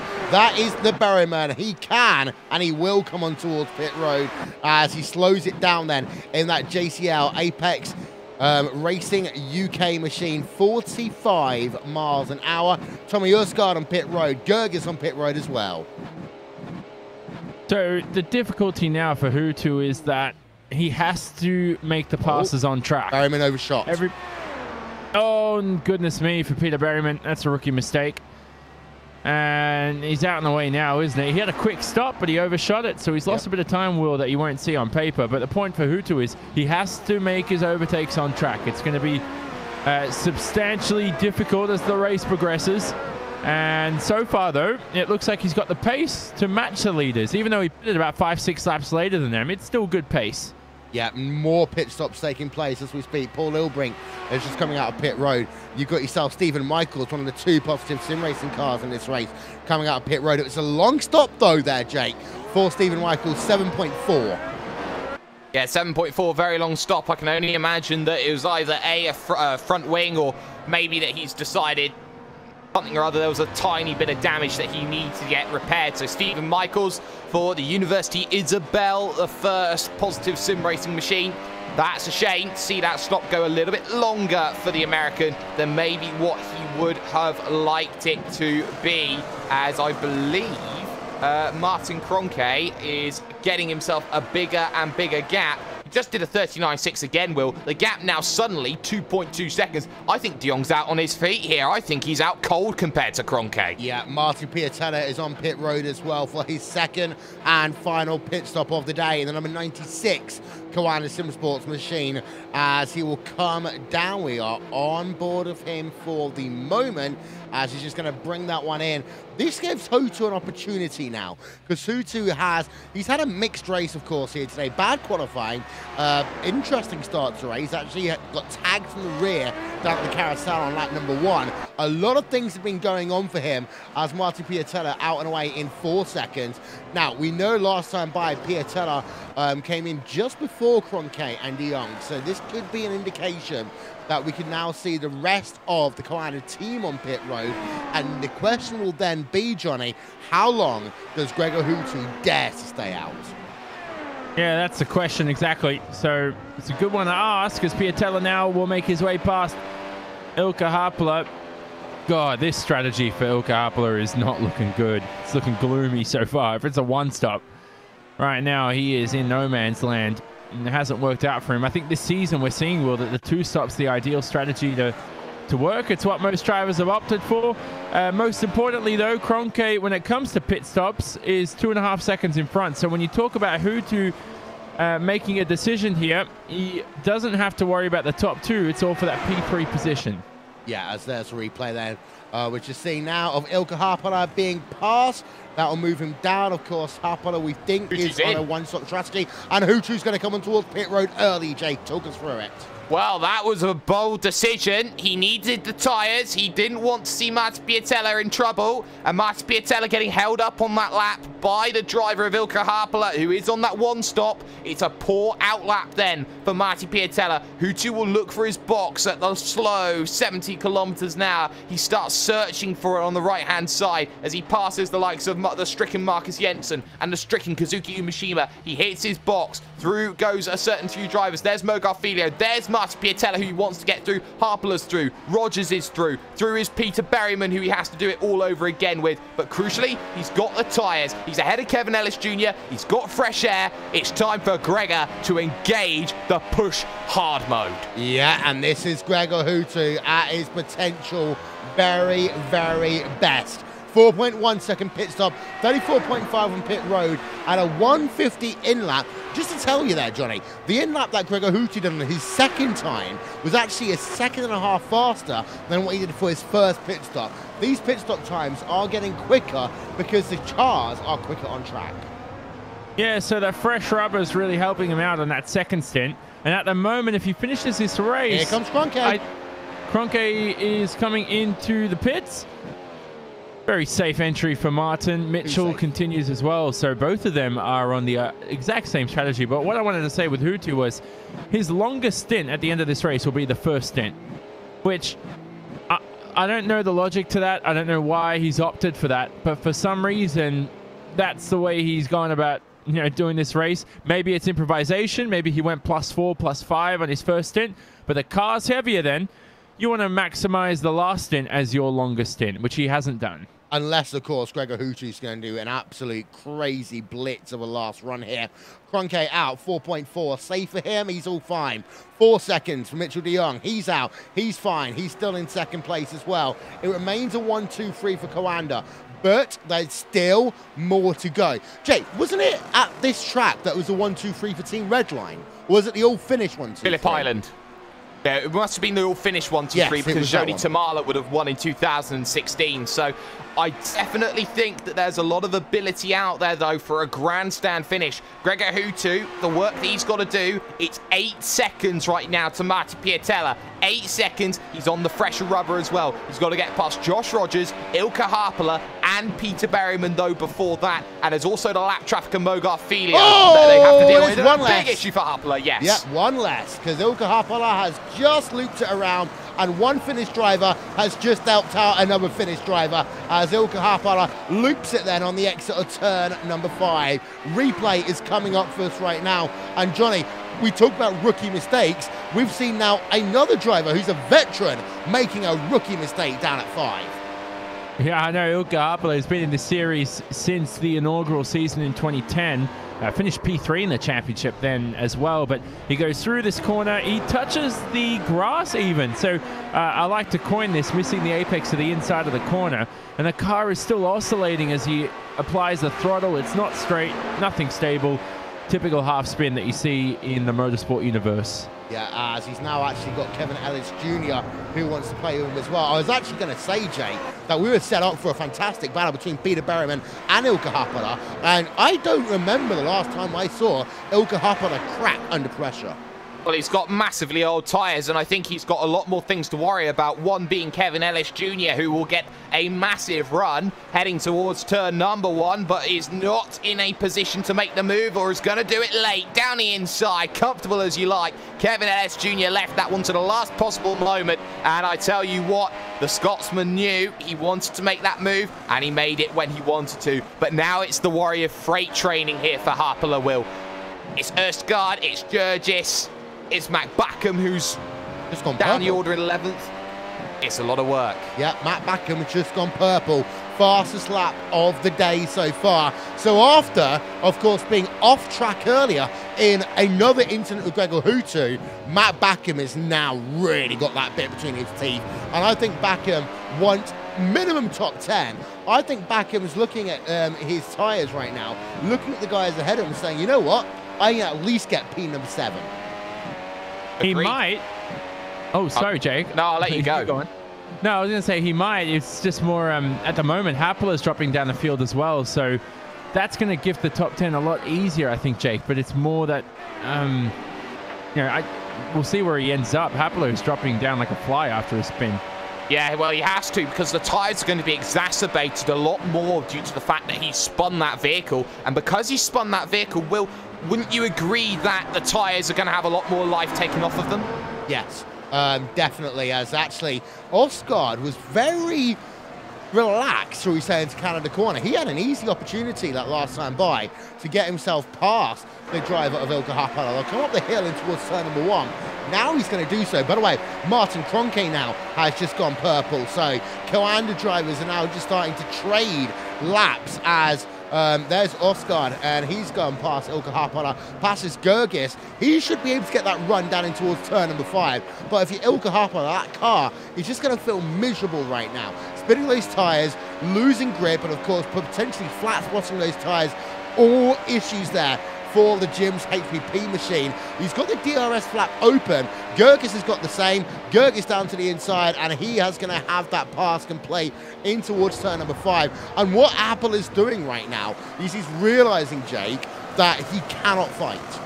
Well, he can't fight, but let's not forget he started position 31 today. So I think that any result where he finishes, be it 8th, 18th, it's a win, and it's points, and it's vital points. Harpala played it perfectly. He got around the lap 1 incident. He kept going. He went for the bowl call, and it has worked in his favor today. Wherever he finishes, it's a great drive from Ilkka Harpala. Yeah, indeed. So retirees, by the way, we've only got 22 drivers left in this field.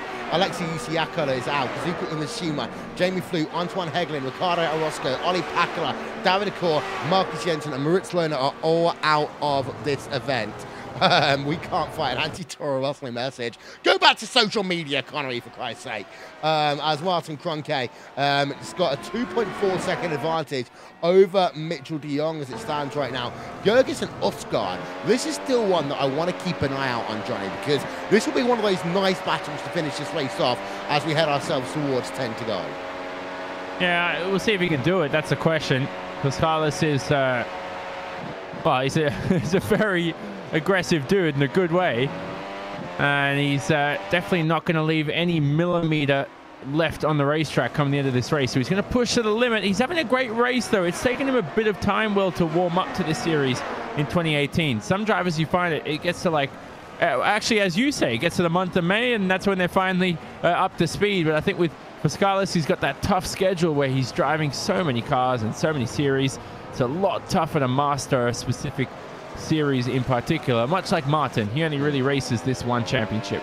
Yeah, the last 3 laps, you can see that Gergis, he gained himself about half a second over Tommy Osgaard, and then he lost himself a quarter of a second that last time by. So it's close between these two drivers. But for Court Sim Racing, this is one of their moments where, A, they're getting TV time right now, Jake. And a lot of people didn't think that Court Sim Racing would really be battling in the top 10 after all these changes that took place in the off-season. But also, this is Gergis showing, you know what, I don't need those old teammates anymore. No, he doesn't. And on an unreleased rankings list, which I need to do in the next week or so, we got a Pascalis Gergis inside the top 20 at the moment. There's a bit of a spoiler for you. That's how good he is at iRacing. That's how good he is at a lot of different vehicles. And this result is only going to go and help him. Position number 9 is a healthy handful of points, and it also boosts his championship as well here. I think that Pascalis Gergis knows that he wants to get past Tommy Osgaard, knows that he wants to be inside of the top 8, and proving that he can find the pace that he found last season at Spa-Francorchamps. Pascalis Gergis is on a mission. That mission is to make overtakes, and if he wants to do it, well, he's got to find a bit more. He was a 10th slower on that last lap. Yeah, of course, don't forget you can check out the Sim Racing Observer for the iRacing rankings, as well as news and information, as well as the Simone Racing Report for interviews, chat and fun with your favourite drivers. Check them both out on the RaceBot TV Facebook page. We have got ourselves now 10 laps to go in the 4th round of the iRacing World Championship Grand Prix Series. Things have calmed down somewhat, Johnny. The attrition here, of course, is higher than normal because of the incident we had on lap number 1, but there's been a couple of drivers who have made unforced errors. Last 10 laps of this race, it's a long race in terms of fact, it's a hard race. They called it the hardest challenge in all of North American road racing for a reason. Are we going to see any more single car incidents, in fact? Well, you know, you keep talking about 1998 Hungary Formula One. I'm pretty sure the race after that would have been 1998 Spa, and we had, what, like 4 cars finishing that race? Yeah. And also one of the most controversial moments in the history of Formula One with David Coulthard and Michael Schumacher. Yeah. Was that the race that Eddie Jordan was dancing to Doof Doof? What was he doing? I don't know. He danced like a maniac. Yeah, they got a 1-2 for Jordan. That was insane. Oh, my God. Yeah, it's just having a look through the field, by the way. We've got ourselves Hutu. He's closing up to Peter Berryman right now. Let's have a look at the lap gaps here, Jake, because he has been gaining, and in the last 3 laps, he has gained 1.4 over the Berryman.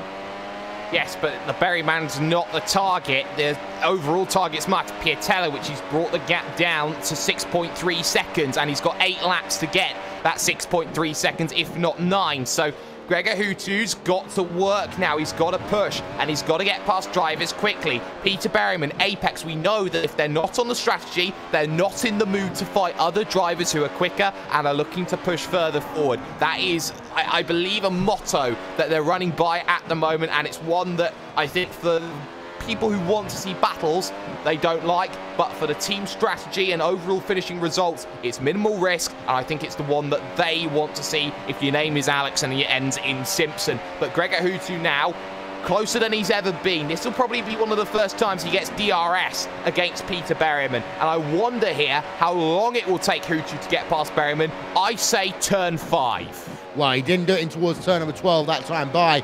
And of course, one of the things that you talk about sometimes is the setups of these cars, Johnny, and whether they do a high, low, medium downforce setup, and how that affects the ability for drivers to overtake others.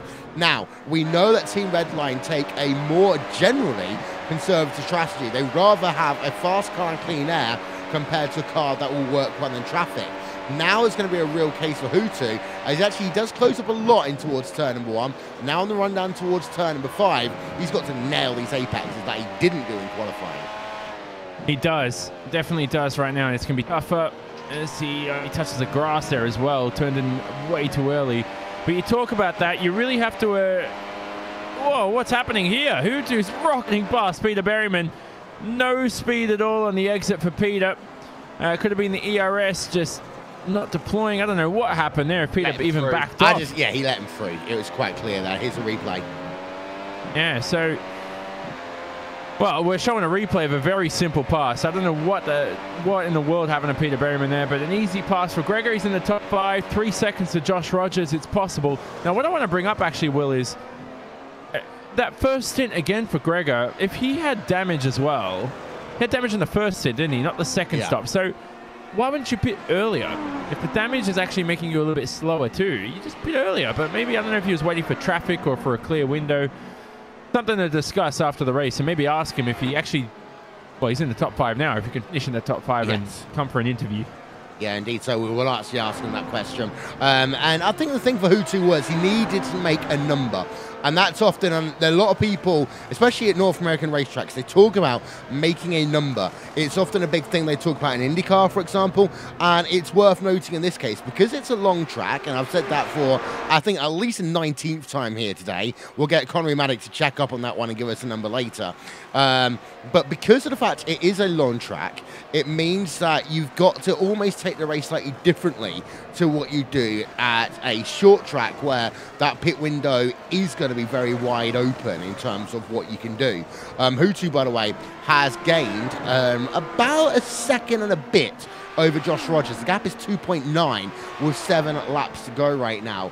And we've got to talk about a few people here in this event. We'll show you those movers and shakers now up on your screen. Peter Berryman, despite the fact he's just been passed, up 13 places here today, Jake. Ilka Harper, despite his issue, up 20 places here today. And Stephen Michaels, again, we never give this guy enough credit when he has good races. He is up 11 places today. Yeah, and it's been a quiet drive from Stephen Michaels. He's been doing a very solid job of just keeping out of trouble. No man's land, 3 seconds to Yao Vaz and a full 9 seconds back to Paul Ilbrink. He's doing well. Focus on P3 though, Will, because Josh Rogers has the gap under 2 seconds. He's closing at a rate quicker to Marta Piatella, and Hutu's catching the pair of them at a rate of knots. So if Piatella wants to scrap for this podium, get the Coanda lock, he's got to hold off Josh Rogers. Not only does he have to hold off Josh Rogers, who's just run wide at the Canada corner, he's also got to hold off a Gregor Hutu, and this is a scary prospect for Marta Piatella. This is where you earn your money. And actually, it was another bit wide there down at Bill Mitchell Bend for the driver of Josh Rogers. We're going on board with Rogers, actually, as we're going to do a lap on board of him. And Johnny, talk us through a lap of Road America and the difficulties that comes with it. Well, I was going to talk about turn 1, but he's screamed through turn 1 already, hasn't he? And that's a simple corner. You trail brake through there. Here's where it starts to get slower. So turn 3, similar characteristics to turn 1. Just focus on the exit here. Easy to lose the rear end. Bit of a break for the drivers here. You can flick on DRS if you're within a second of a driver. Here's the Marine Sweep. Downhill braking zone. You can use the curb as well. You can ride it. It's a flat curb. Left-hander. Go into this little black rubber part. I don't even know what you call that. A curb anyway. Turn 6 is the difficult part. It's blind. You get it wrong more than you get it right. Hit through 7. You're not full throttle through here. Definitely not. I can guarantee you that. I've tried it one day. It didn't end well. Then through turn 8, he passed the hurry downs. The carousel now. This is the interesting part, Will. The left-hand side tires take such a beating. You want to stay onto that black tarmac. That's where all the rubber is now with this new dynamic track that's been in implementation in iRacing for a number of years. Rogers gets a little bit wobbly through the kink. Canada corner coming up as well. Close behind, but we know Mac Backham and Pascalis Georgis are in a close battle. Rogers now heading towards Bill Mitchell Bend. Turn 13, left-hander. Again, you rise through the corner. It's difficult to see the exit. So you're really going through visual cues and anticipation. The muscle memory comes into play. You're not guessing the corner. It's 2 weeks of muscle memory and practice. That's what counts. So that's a lap for Josh Rogers. He's on the main straight here. No DRS, interestingly enough, on this main straight at Road America. Yeah, and we'll just show you now what happened with Matt Backham and Pash Gergis, because there has been a change for position as we come down now to 5 laps to go. Matt Backham is back up into P number 9. He almost made that look too easy, Jake, as we're having a look on the replay. Well, we know that Matt Backham's incredibly quick. He goes down the inside. Matt Backham and Pashada Sturgis, very close friends. So I'm not surprised to see that move easy without any contact at all. Matt Backham up then into 9th position out on circuit. 3 seconds to get to Erstgaard, who's in his own scrap right now with Kevin Ellis Jr. And he's got 3 laps to get there. And I wonder if he can on 39.4 pace. I don't think he can. But crucially enough, 5 laps to go, Will. You talk about this one. You talk about don't make any mistakes now, because the moment you start making mistakes now, then you're just dropping that extra position, that 1 point that costs you for the long haul, or the 5 points, or the 10 points, however many points it is. Yeah. It's time to get your hammer down and make sure you drive 5 perfect laps, get yourself home, and bank some points. That's your second hammer time reference here today, just to let you know. It's almost as if, like, you're trying to get spoiled the Grand Prix qualifying for everyone. I have no idea what you're talking about. Gregor Houtu has had a fantastic sequence of laps, and he really is now catching up to Josh Rogers. The situation here, though, Jake, is that if he has to fight for more than a lap behind Rogers, he's not likely he's going to catch Piatella. Well, he's brought that gap to Piatella down to 3.5 seconds, but he's got 4 laps to do it, so he's got to push almost a second a lap. The crucial thing is, if you can get the DRS through the second half, and I think that's going to be really, really good for him, because he'll be able to use the DRS, make the move, and then charge on for a much quicker lap time. That's what I think he's hoping for. Right now, Martin Piatella is hoping for one thing only, and that's time, because he's just run wider slightly at turn number 5, starting to miss apexes a little bit. Pressure's starting to tell on Martin Piatella, as now Josh Rogers has got to earn his stripes. Remember, he's not going to back down from position number 4. This would be his greatest finish so far this season, so far in his career. Yeah, Joshua Rogers, Burst eSport number 92 machine, one of the most liked drivers in this series, is now going to go toe-to-toe, Johnny, with Gregor Houtu. The question is, if you're Rogers, do you take the top 5, or do you go and really battle for it? Well, if he's got the heart, he'll battle for it for sure. If he's Paul di Resta, he'll let him through. And that's the difference. I used to remember, don't you used to hate those Paul di Resta strategies where they used to be on like a 1-stop, everyone else is on a 4-5 stop, and it's like, you got no chance.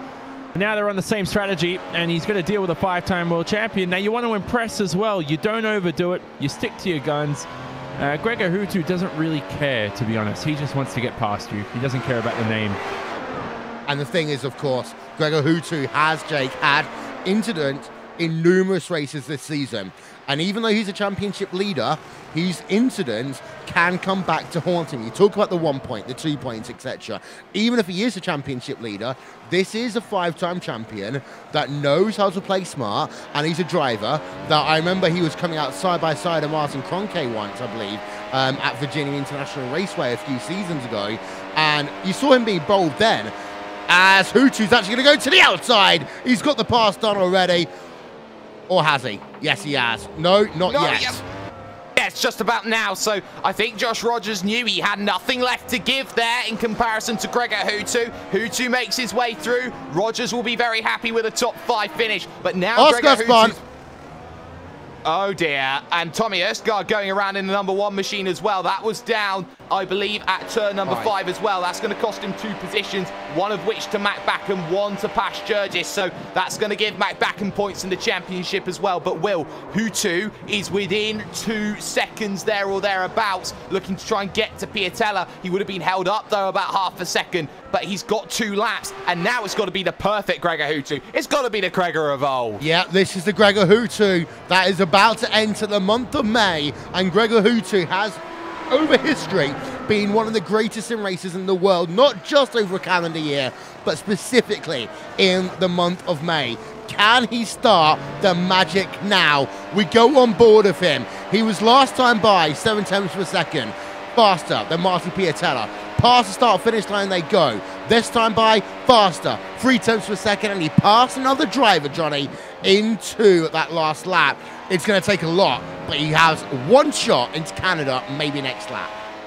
He does have to count on a mistake from Piatella, and he will ruin a Cohanda 1-2-3 result. So he's going to be pushing to the limit here.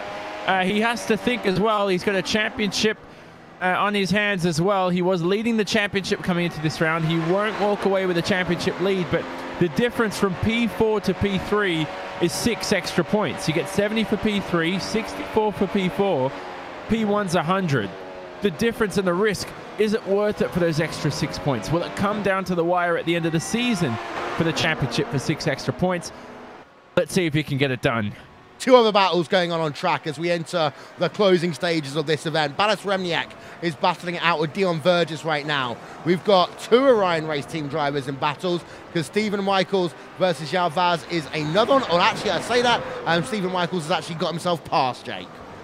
Yeah, Stephen Michaels comfortably getting himself through, and Yao Vaz nothing left to deal with. Dion Vergis has done well to hold off Balas Remniak in the final stages. He's doing very well, but let's get the white flag out because it has been a bit of a hiatus for 2 races, but business seems to be back booming here at Elkhart Lake. Yeah, Martin Kroenke starts the final lap then of this event. We're keeping an eye out on course on this battle going on. Martin Piatella and Gregor Hutu. Can Piatella keep and hold on and make it a podium sweep for Coanda Sim Sports? One of the rarest occurrences in the iRacing World Championship Grand Prix Series, and actually it'll be a fitting way to cap off what has been a fascinating sequence of races starting back all the way last season, of course, with Martin Kroenke's win of every single race. Behind, just to let you know, Balas Remniak, Dion Vergis, they go side by side, and Balas Remniak is ahead.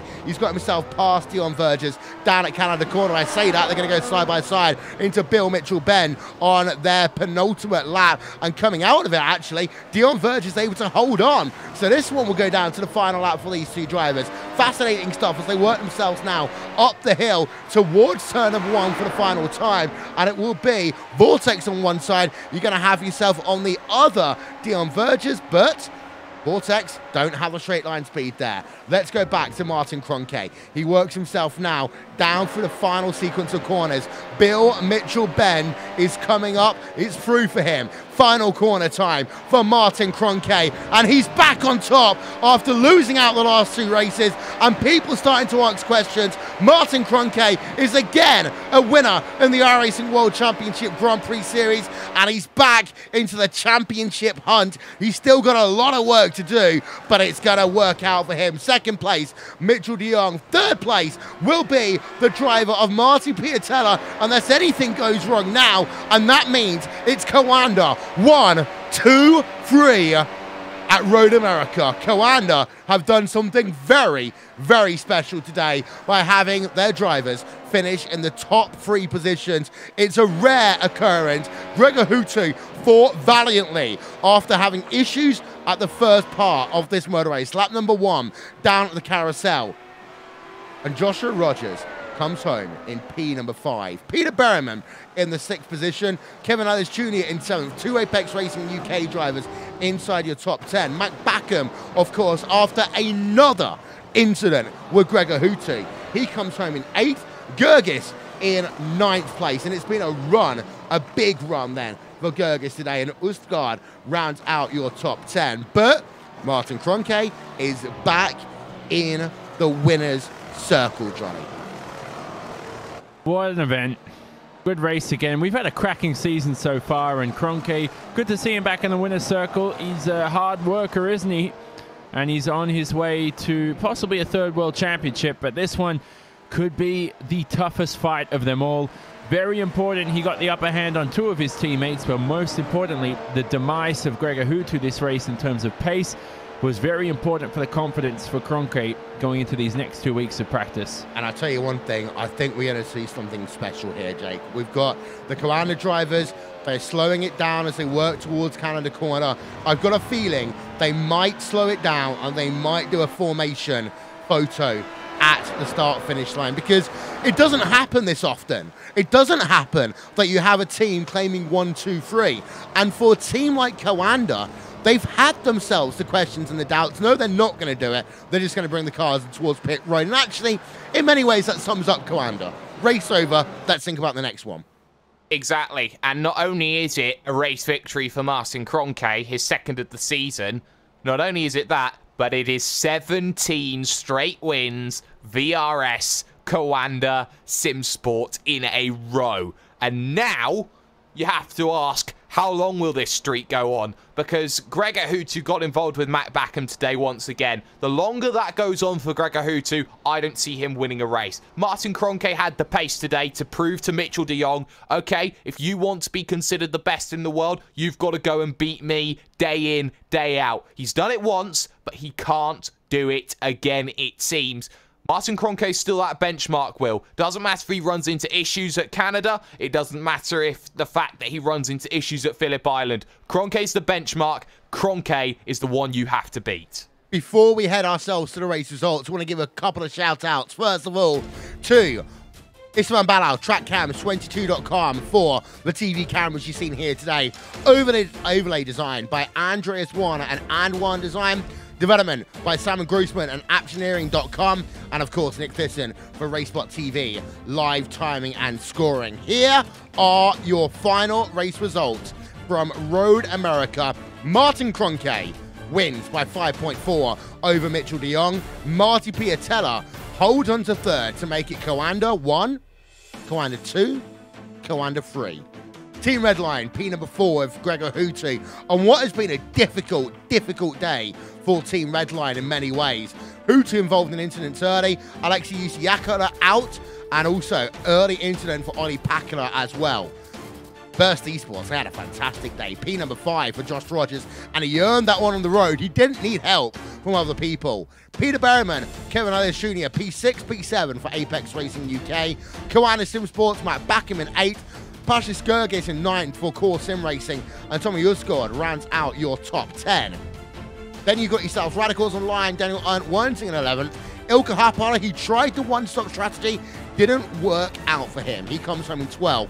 Stephen Michaels, the driver of the day candidate then, 13th place for him in the University Ismail Positive Sim Racing car. And then you got yourself Yao Vaz, P number 14, Orion Race Team, and Paul Ilbrink running out your top 15 then for Radicals Online. It's Vergers, Remniak, Oliveira, Partington, and Williams that round out your top 20. And they all finish on the lead lap. Yeah, it's a long lap here, but finishing the lead lap of any event is always important. Daniel Bieder, the first driver, 1 lap down in P number 21. Mo Garfilo down 2 laps in 22nd position after he had some issues. And then Alexei Yusiakola, the first of your retirees in 23rd. Kazuki Yamashima, he tried going side by side down at the kink and it didn't work out for him. He ends up retiring 29 laps down. Then Jamie Fluke is out with Antoine Hegelin, P25, 26. Ricardo Orozco out. Ollie Pakula out. Marcus Jensen, Moritz Lohner out of the event. David Accor is the final driver, 31st position for him out of this event. We've got a lot that we still need to talk about, and we'll be back here live on RaceBot TV for post-race coverage of the iRacing World Championship Grand Prix Series from Road America. Coanda SimSports get a 1-2-3, and they make a little bit more history in their storied accounts.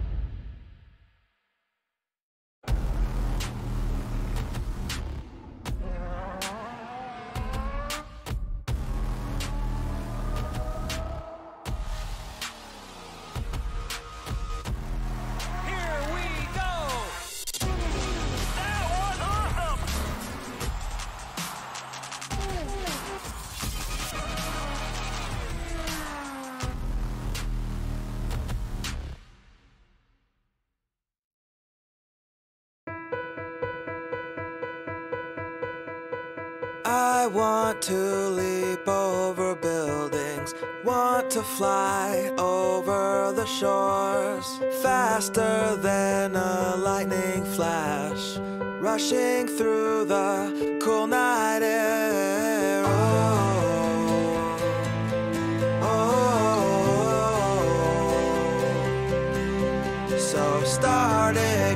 ignition, count to 0. I just wanna be a superhero.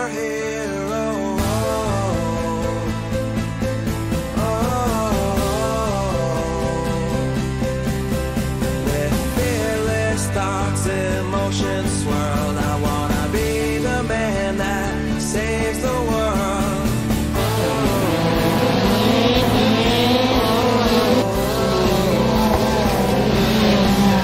So start ignition, count to 0. I just wanna be a superhero.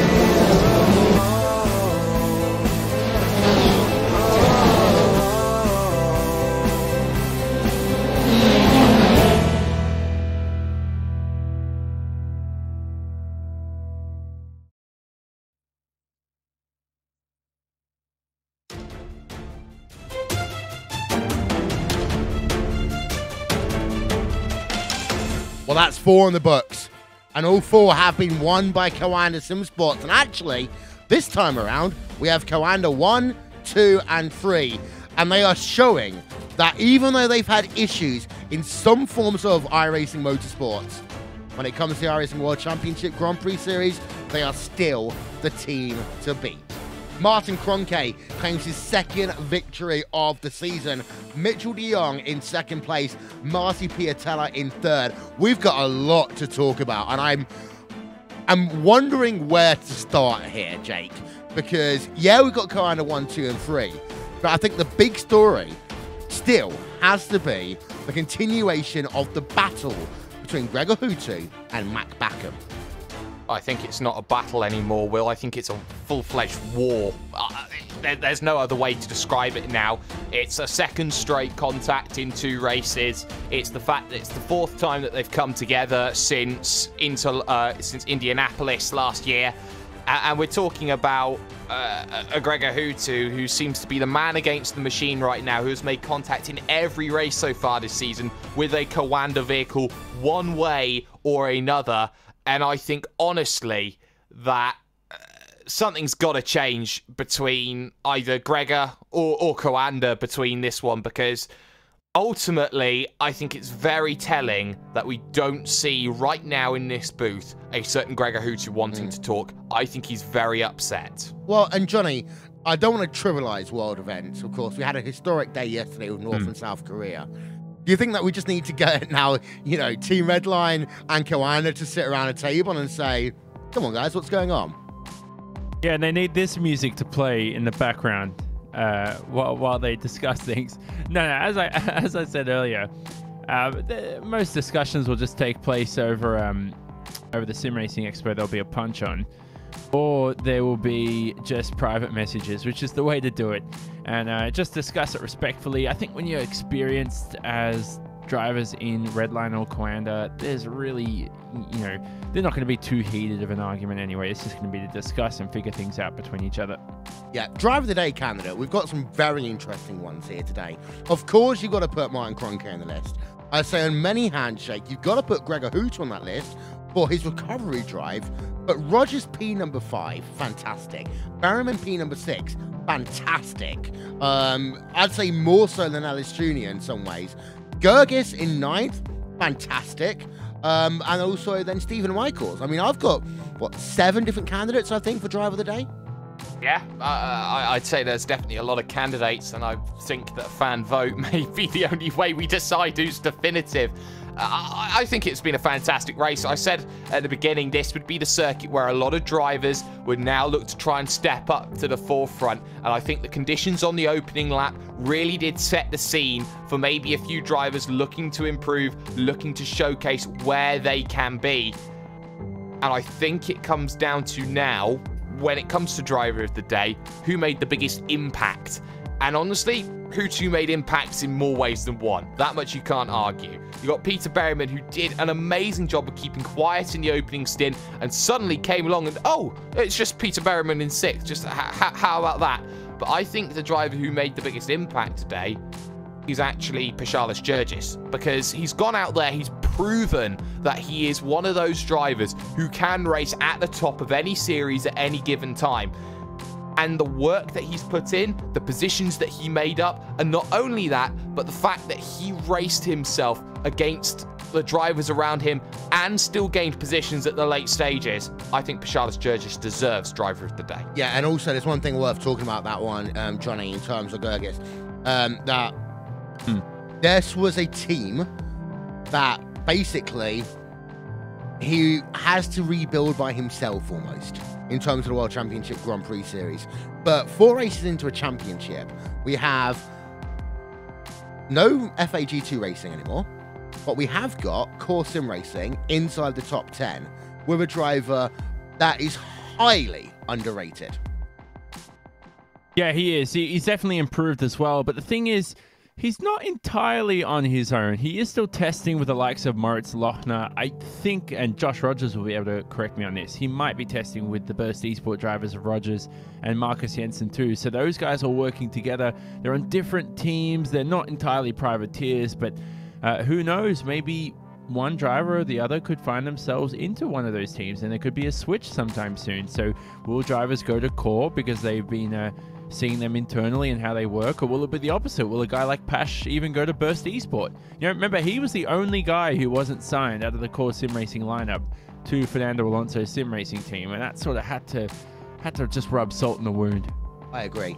But we'll talk more about driver of the day in a moment. Let's get some interviews underway. And of course, we're going to start with the driver who is your winner of the 4th round. His 2nd victory, Martin Kroenke. Congratulations once again. Thank you very much. This win, is it personally special for you, the fact that Kawanda joined you entirely on the podium today? Oh, certainly makes it a lot nicer. Yeah. But think about your race a little bit, because qualifying was great. It was almost the Martin Kroenke qualifying we got to know last season. That race start, though, what happened? Just missed the clutch bite point a little bit, had a little bit of wheel spin, and yeah, immediately Mitchell got past me, Marty got past me as well. Alexi almost got past me, I think, as well. So yeah, just a driver error, just yeah, messed up my clutch bite point, and yeah, nothing I could do afterwards.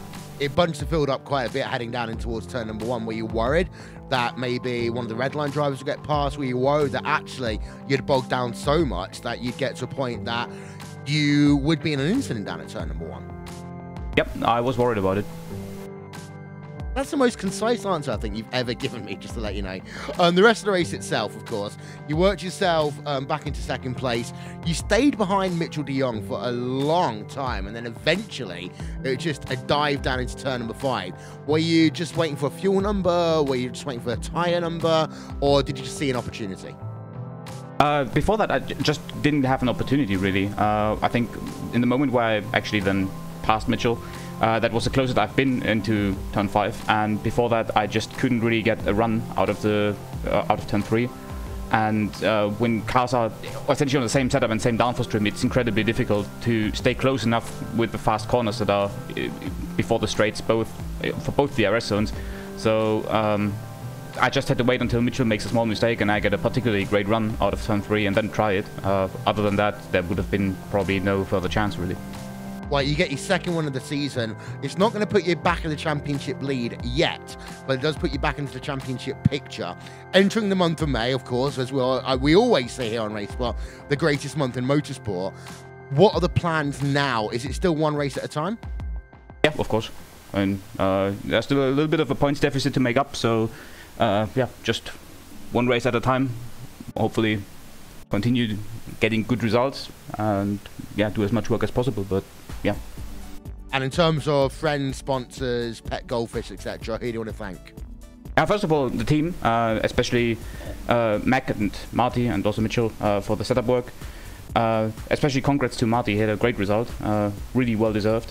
Then of course also thanks to the spotters, to our sponsors, to Virtual Racing School, to Heusingveld, to Joel Real Timing, Phytech, to RaceSpot. Yeah, well, that's it. Thank you very much, Martin Kroenke. Then coming home with a victory here today, a well-deserved victory. Going to hand it over to Jake Sperry. He has stood by with the American driver, 2nd place, Mitchell de Jong. Well, Mitchell, home soil at Road America and having a very good run of things as well. It seemed to open up for you in the stint because you had the lead for pretty much the opening half of the event. You put yourself in a good position. You had Martin Kroenke behind. Did you just not have the pace today, or was it just a case of you maybe had something on the track you could have left behind? I think the result was quite good for me, with all things considered.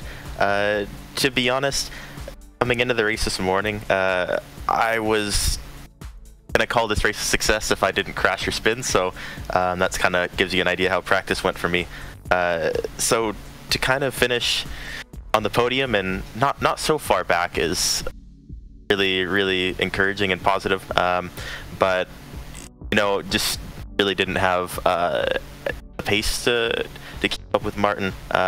Once he got around me, I kind of fell out of a rhythm a bit and made a couple mistakes, got out of the DRS zone, and then yeah, just gradually brought back from there. So pretty much the final stint, tried to push the first couple laps to see where we would end up on pace, and he would pull me, I don't know, 10th or 2 a lap, and just tried to bring it home, really, and make sure I kept it out of the wall.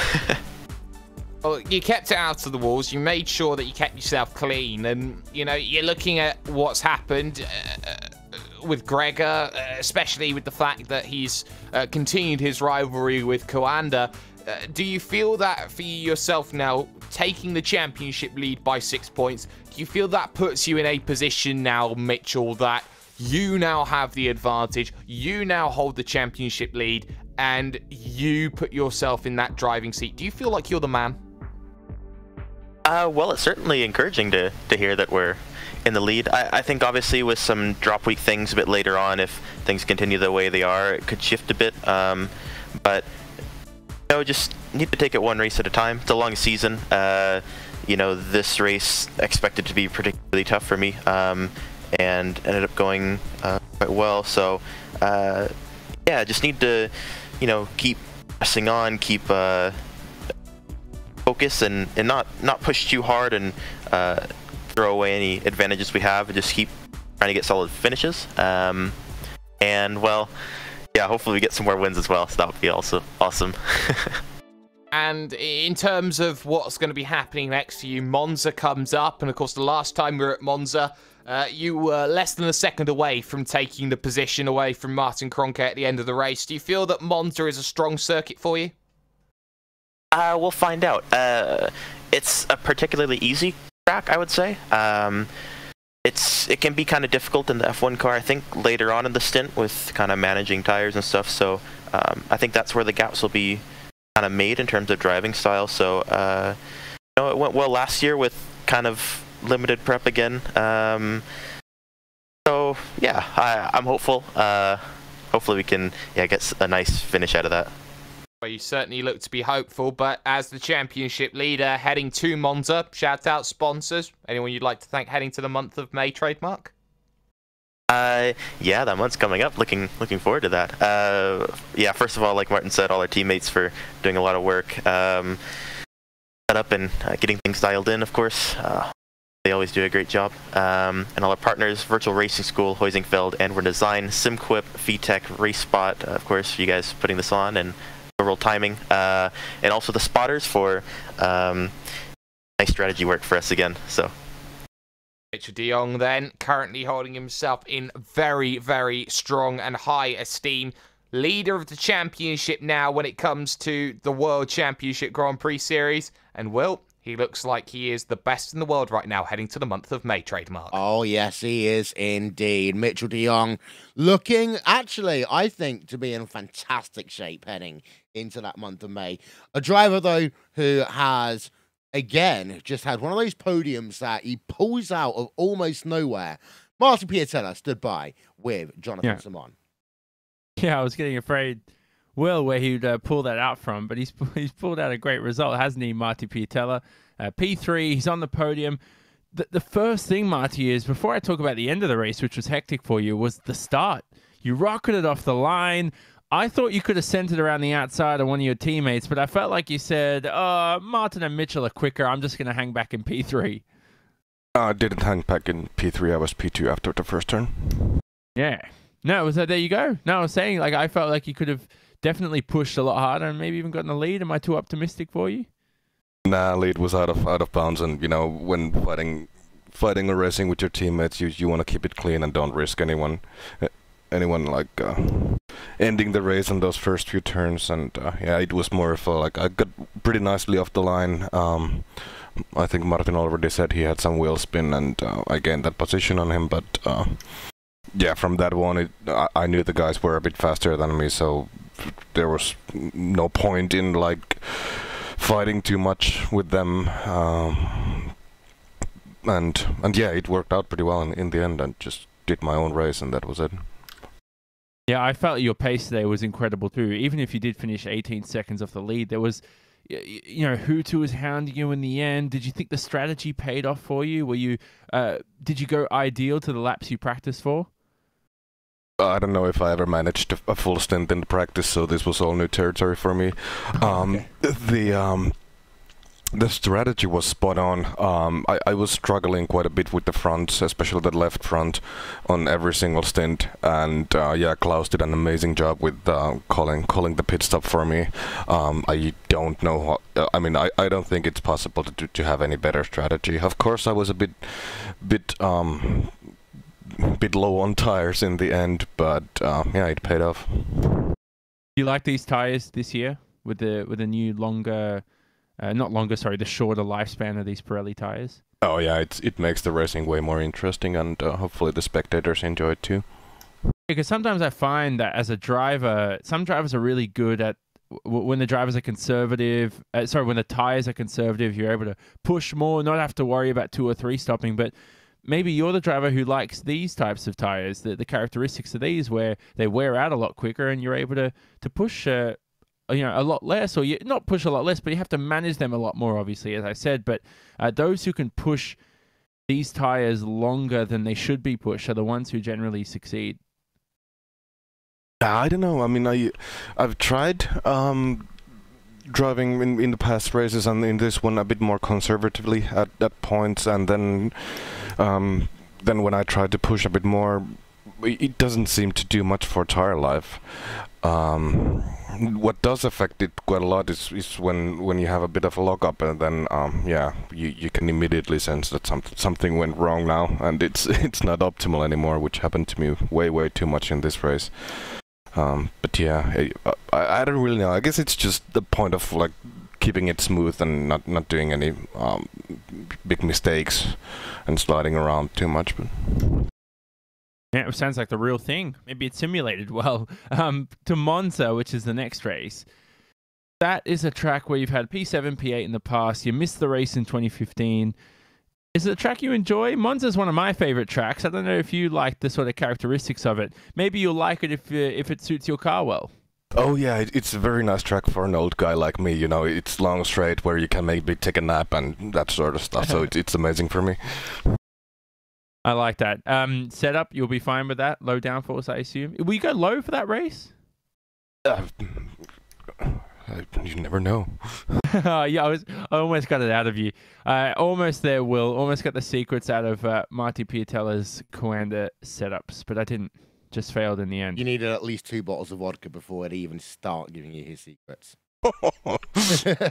I know you too well, Marty. I know you too well.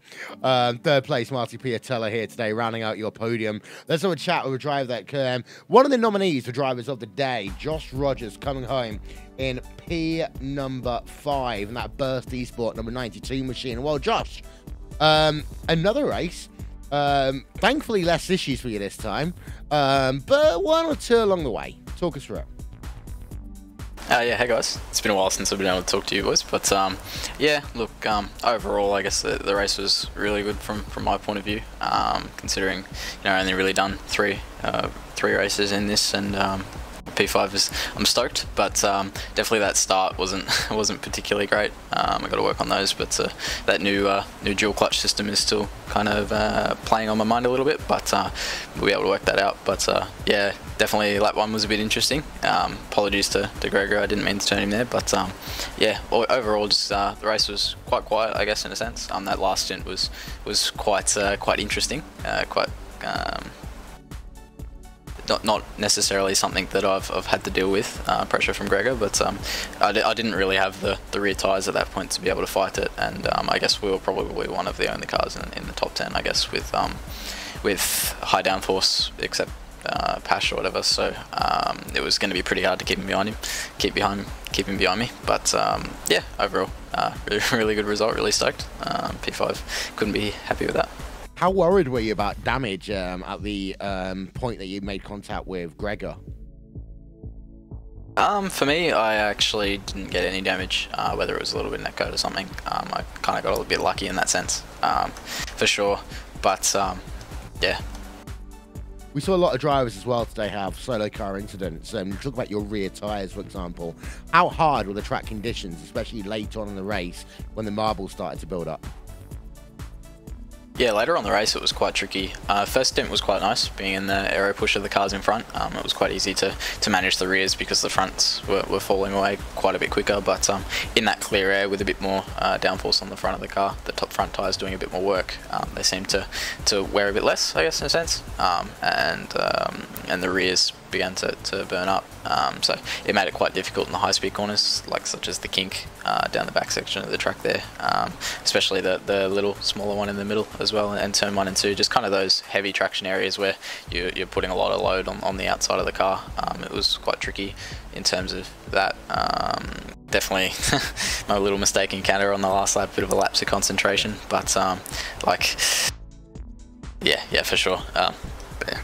Well, you finished ahead today of 2 Apex Racing UK drivers.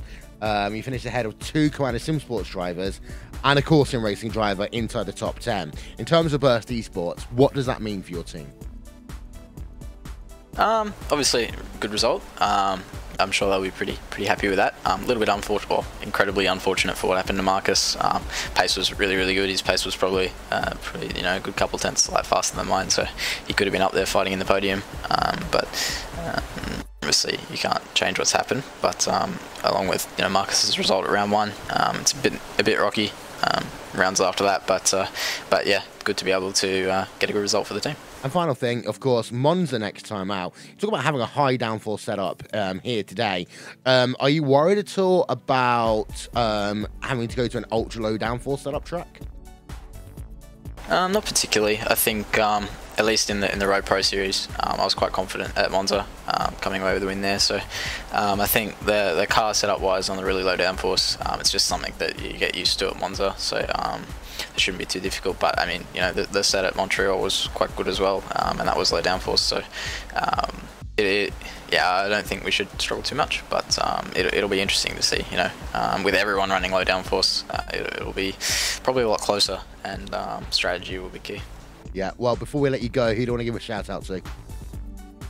Just a massive shout out to all the boys that worked hard this week, Marcus, Moritz, Pash, and all the boys at Burst Esports for all their support, especially Carl Winkler and Matt from TTL tonight for assisting with some spotting. It really makes life way easier when you're not got to worry about whether you're going to jump cars or whether you're going to fall behind or whatever. And just thanks to everyone who supports the team. And well, thank you very much. Josh Rogers there coming home in P number 5. That wraps it up for our interviews. And well, driver of the day, give me one, Johnny. Driver of the oh, day. wait, we've still got another driver to interview. We've got Mac Backham, don't we? We'll come to Mac in a moment. Oh driver of the day first. Sorry, I can't stop laughing at these messages. Martin back to victory lane. I don't understand why we don't give driver of the day to the race winner, but all right, we're not going to do it. No, that's it. Martin's the best driver out there. These cars are all equal. He's the best driver. He's driver of the day for me. All right. That's for you, Johnny. What about you, Jake? I said earlier, the Charlotte Sturgis, I'm sticking. Okay. I might join you on that one. No offense to you, Martin, but, I think Gerges just had a fantastic race today. We've got Mac Backham here. Who wants him? In fact, alternate questions. Jake and Johnny, go. Mac, who's going first? I'll start things off, Johnny. Thanks, Will. No worries at all. But, right, Mac. Let's get down to the nitty-gritty in the business straight up. Contact with Gregor Hutu for the second straight race. What's going on? Yeah, I don't know, just after the turn 5, he kind of went wide into the turn and he kind of collected me a bit there. Then I kind of spun around when we had another contact because of it, like 2 milliseconds later. But yeah, that kind of thing, those kind of things happen. It would be very hypocritical for me to like completely blame him now. I mean, there's been plenty of contacts we've had where I've been at fault. So I really think that those things just happen when you race hard. And, yeah, it's unfortunate that I got caught up in it today, but yeah, it just happens. Johnny? Oh, it's my time. Yeah, this is not something we pre-rehearsed. My question is back to qualifying, Mac. I still feel like P8 coming off a race win, and not just a race win, but we discussed this last round. You had a race win where even if Martin didn't have his technical issues, you're within 5 seconds of that win. What happened this round at Road America? Yeah, I don't know. It's just every single qualifying session, it just, I don't know. I find some way to not perform. I think 6/10 off Martin or something, and 4 or something off Mitchell, and well, in practice we're like neck and neck almost. So in every single race it just happens that I just do not perform in qualifying and I just keep choking, and that's just yeah, that's just something I have to work on. If I would have qualified better today, then I probably would have not been involved in the mess that was created in the carousel when Gregor, I think, spun, and then obviously I would have been further up the road. And looking at where you are now and looking at where you're heading to Monza in a few weeks' time. And you're looking for that opportunity maybe to find those points to get yourself back into the picture. You're 40 points off of the championship lead there or thereabouts. Do you feel like you're still in this championship fight being 40 points back, or do you have to keep on trying to look at this one thinking that the drivers in front of you are going to make minimal to no mistakes? I don't know, it's hard to say because Martin is so fast, and like I'm not even really thinking about winning the championship at all, to be honest with you, because I just don't think I'm like quite there with Martin yet. But you know, if people make mistakes, then I'm definitely, you know, in that position to capitalize on, like similar to Montreal. If something happens, you know, I'm right there. But even with the drop week now, I think I'm only 20 points or something behind, maybe 30. So I mean, definitely still everything is possible. Right now I would hope that this race would be my drop week, finishing P8, but yeah, we'll see how the rest of the season goes. And Johnny? Do I have to ask another question? Oh my gosh. You want me to ask one instead? No, I love go. Mac. Yeah, go, Will. You ask a question. I'm going to talk about Monza, Mac. And it's a track, you talk about close racing. This track at Monza is probably one of the ones where you get the closest racing because of the long straights, because of the tight chicanes. Are you worried about having to race in the pack and people worrying about, well, maybe even thinking about a reputation of you or anything at all? No, not at all. I really, I'm not afraid to race anyone. I think that shows even if I make a mistake, the next race I'm right back battling just as hard. So really, I'm not afraid of that. I don't really mind what people say, to be honest. The only thing that's a bit, well, I wouldn't say it's not irritating me, but just it's a bit weird how some people like don't do and keep blaming other cars for wrecks when some red line cars have been involved in incidents every single race so far, and obviously some of them were at fault in a few races. And even in this race, I saw that he was blaming me, even though last year, I don't know if you guys remembered, but we had a pretty similar crash. It was me and Bono, and I was on the inside, and something very similar happened, and I got put at fault for that. And now Dom is just, kind of running his mouth and blaming everyone else except for Gregor. I think that's a very bad view to have on the race, seeing that if your drivers cannot do anything wrong. I think that's very, very, very bad, because then you will obviously never learn. I think that they need some extra self-reflection for the coming races. I think that's definitely needed. Well, let's ask you the obligatory question. Who do you want to give a shout out to? I want to thank Marty. I think he did most of the setup work, because Mitchell and I had to drive for Blancpain, obviously, for BRS World Championship right now. So when we got to the driving, the setup was already pretty good. And just thank everyone in the team, the spotters like Jörn and Philip. It was really helpful having them help me with the pit today. Well, thank you very much, Matt Backham. Actually, I will say one thing, Johnny. That's one of the most interesting interviews I think we've had in a very long time. Yeah, well, I see what he's saying too. The thing is, though, Dom, you know, it's not like Dom's going to go in public and write a whole article on the Team Redline website saying Gregor Futu's at fault. You know, you're always going to stick up for your teammates. It's like parents sticking up for their kids. You know, when you have that great relationship, Dom and Gregor have worked together for 15 years ongoing, however long it's been. You're always going to stick up for each other. So it's understandable that that's their relationship and their views on all the incidents.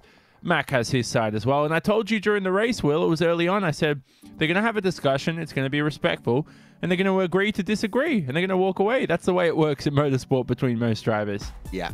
Next time we are on air, it will be the month of May, Jake, and we'll be at Monza. That race could be fascinating.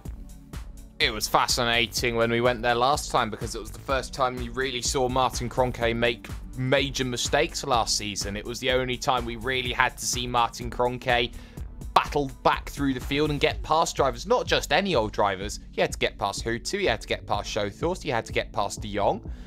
You know, we're looking right now at a season which holds a lot of similarities to the 2016 season. A very topsy-turvy start, drivers looking to find form, and when they find it, and when I think that we find it, that middle to late part of the season is going to be so vital for how this championship moves forward. This could be a changing of the guard. This could be an entirely different season entirely, which sees the same old names come back to the front, just in a different repackaging. But I think that Monza is different to pretty much every other circuit out there at the moment in terms of this calendar. And I think that this is going to be that race where I think that there will be some more differences that can change drastically how we view this championship. Yeah, and in many ways, Johnny, we always talk about the month of May being one of those, that month where if you manage to get it right, then it will set you up for the season. We've only got one World Championship race in the month of May this year. Normally we have two. So we're into a very interesting situation where Monza, high speed, high charges, anything can happen.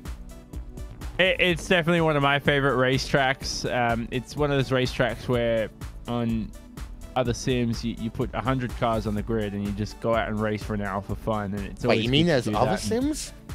Yeah, other iRacing, sorry, sim. Excuse me. Point is that it's a great racetrack, high speed straights. You can trail brake into a couple of corners as well. The first couple of chicanes are always fun as well. It's just so stressful when you get that first chicane wrong. You're up to 360 kilometers an hour, and then you just never seem to get it right. It reminds me a lot of that final corner at Montreal where, I wasn't the best driver, but I got that corner right once every 2 weeks. So if I could get that right in qualifying, I'd be happy. And that's the same for the exit of turn 1-2 at Monza. Whatever, the corner out of there, you want the anti-roll bar set up well to get that rear traction. So that's very critical. I'll tell you one thing. I miss the old first chicane at Monza. Is that where Hakkinen cried as well? Is that it is? That yes. was the corners where he. It is. Yeah, that's so iconic. It's interesting. This one's always the thing I like about this first chicane is that we ran a race here for one series on RaceSpot TV, the Apex E series, and we actually didn't use the first chicane. Yeah. Gosh, that would be interesting if we did that in the Formula One series. Oh my word! And on that bombshell, we want to say thank you to a couple of people before we go off air. And they are, of course, our partners here on RaceSpot TV. Andreas Werner and One Design for the overlay design, all these sexy graphics that you see on the screen. Development by Simon Grossman and Apptioneering.com. Live timing and scoring by Nick Thisson of RaceSpot TV Live Timing. And of course, TV cameras, Istvan Balal TrackCams22.com. Check out the Sim Racing Observer for a write-up of this event and potentially a more in-depth interview on what's been a very, very interesting event, as well as, of course, the iRacing rankings. And check out the Simone Racing Report as well for all the news, information, interviews, the favourite iRacing personalities out there in the books. Of course, you can check out iRacing.com for more information about the world's greatest eSport products. And, of course, you can check us out in a few weeks for the 5th round of the iRacing World Championship Grand Prix Series at Monza. The month of May is always about high speed, and we're going to have that in the World Championship Grand Prix Series. It's 17 in a row for Coanda, and this time they get a 1-2-3. What can they do? What can all the other teams do when they head themselves to Europe and to Italy? Find out. Will Vincent, Jake Sperry, Jonathan Simone. We'll talk to you all next time. Goodbye from Wisconsin.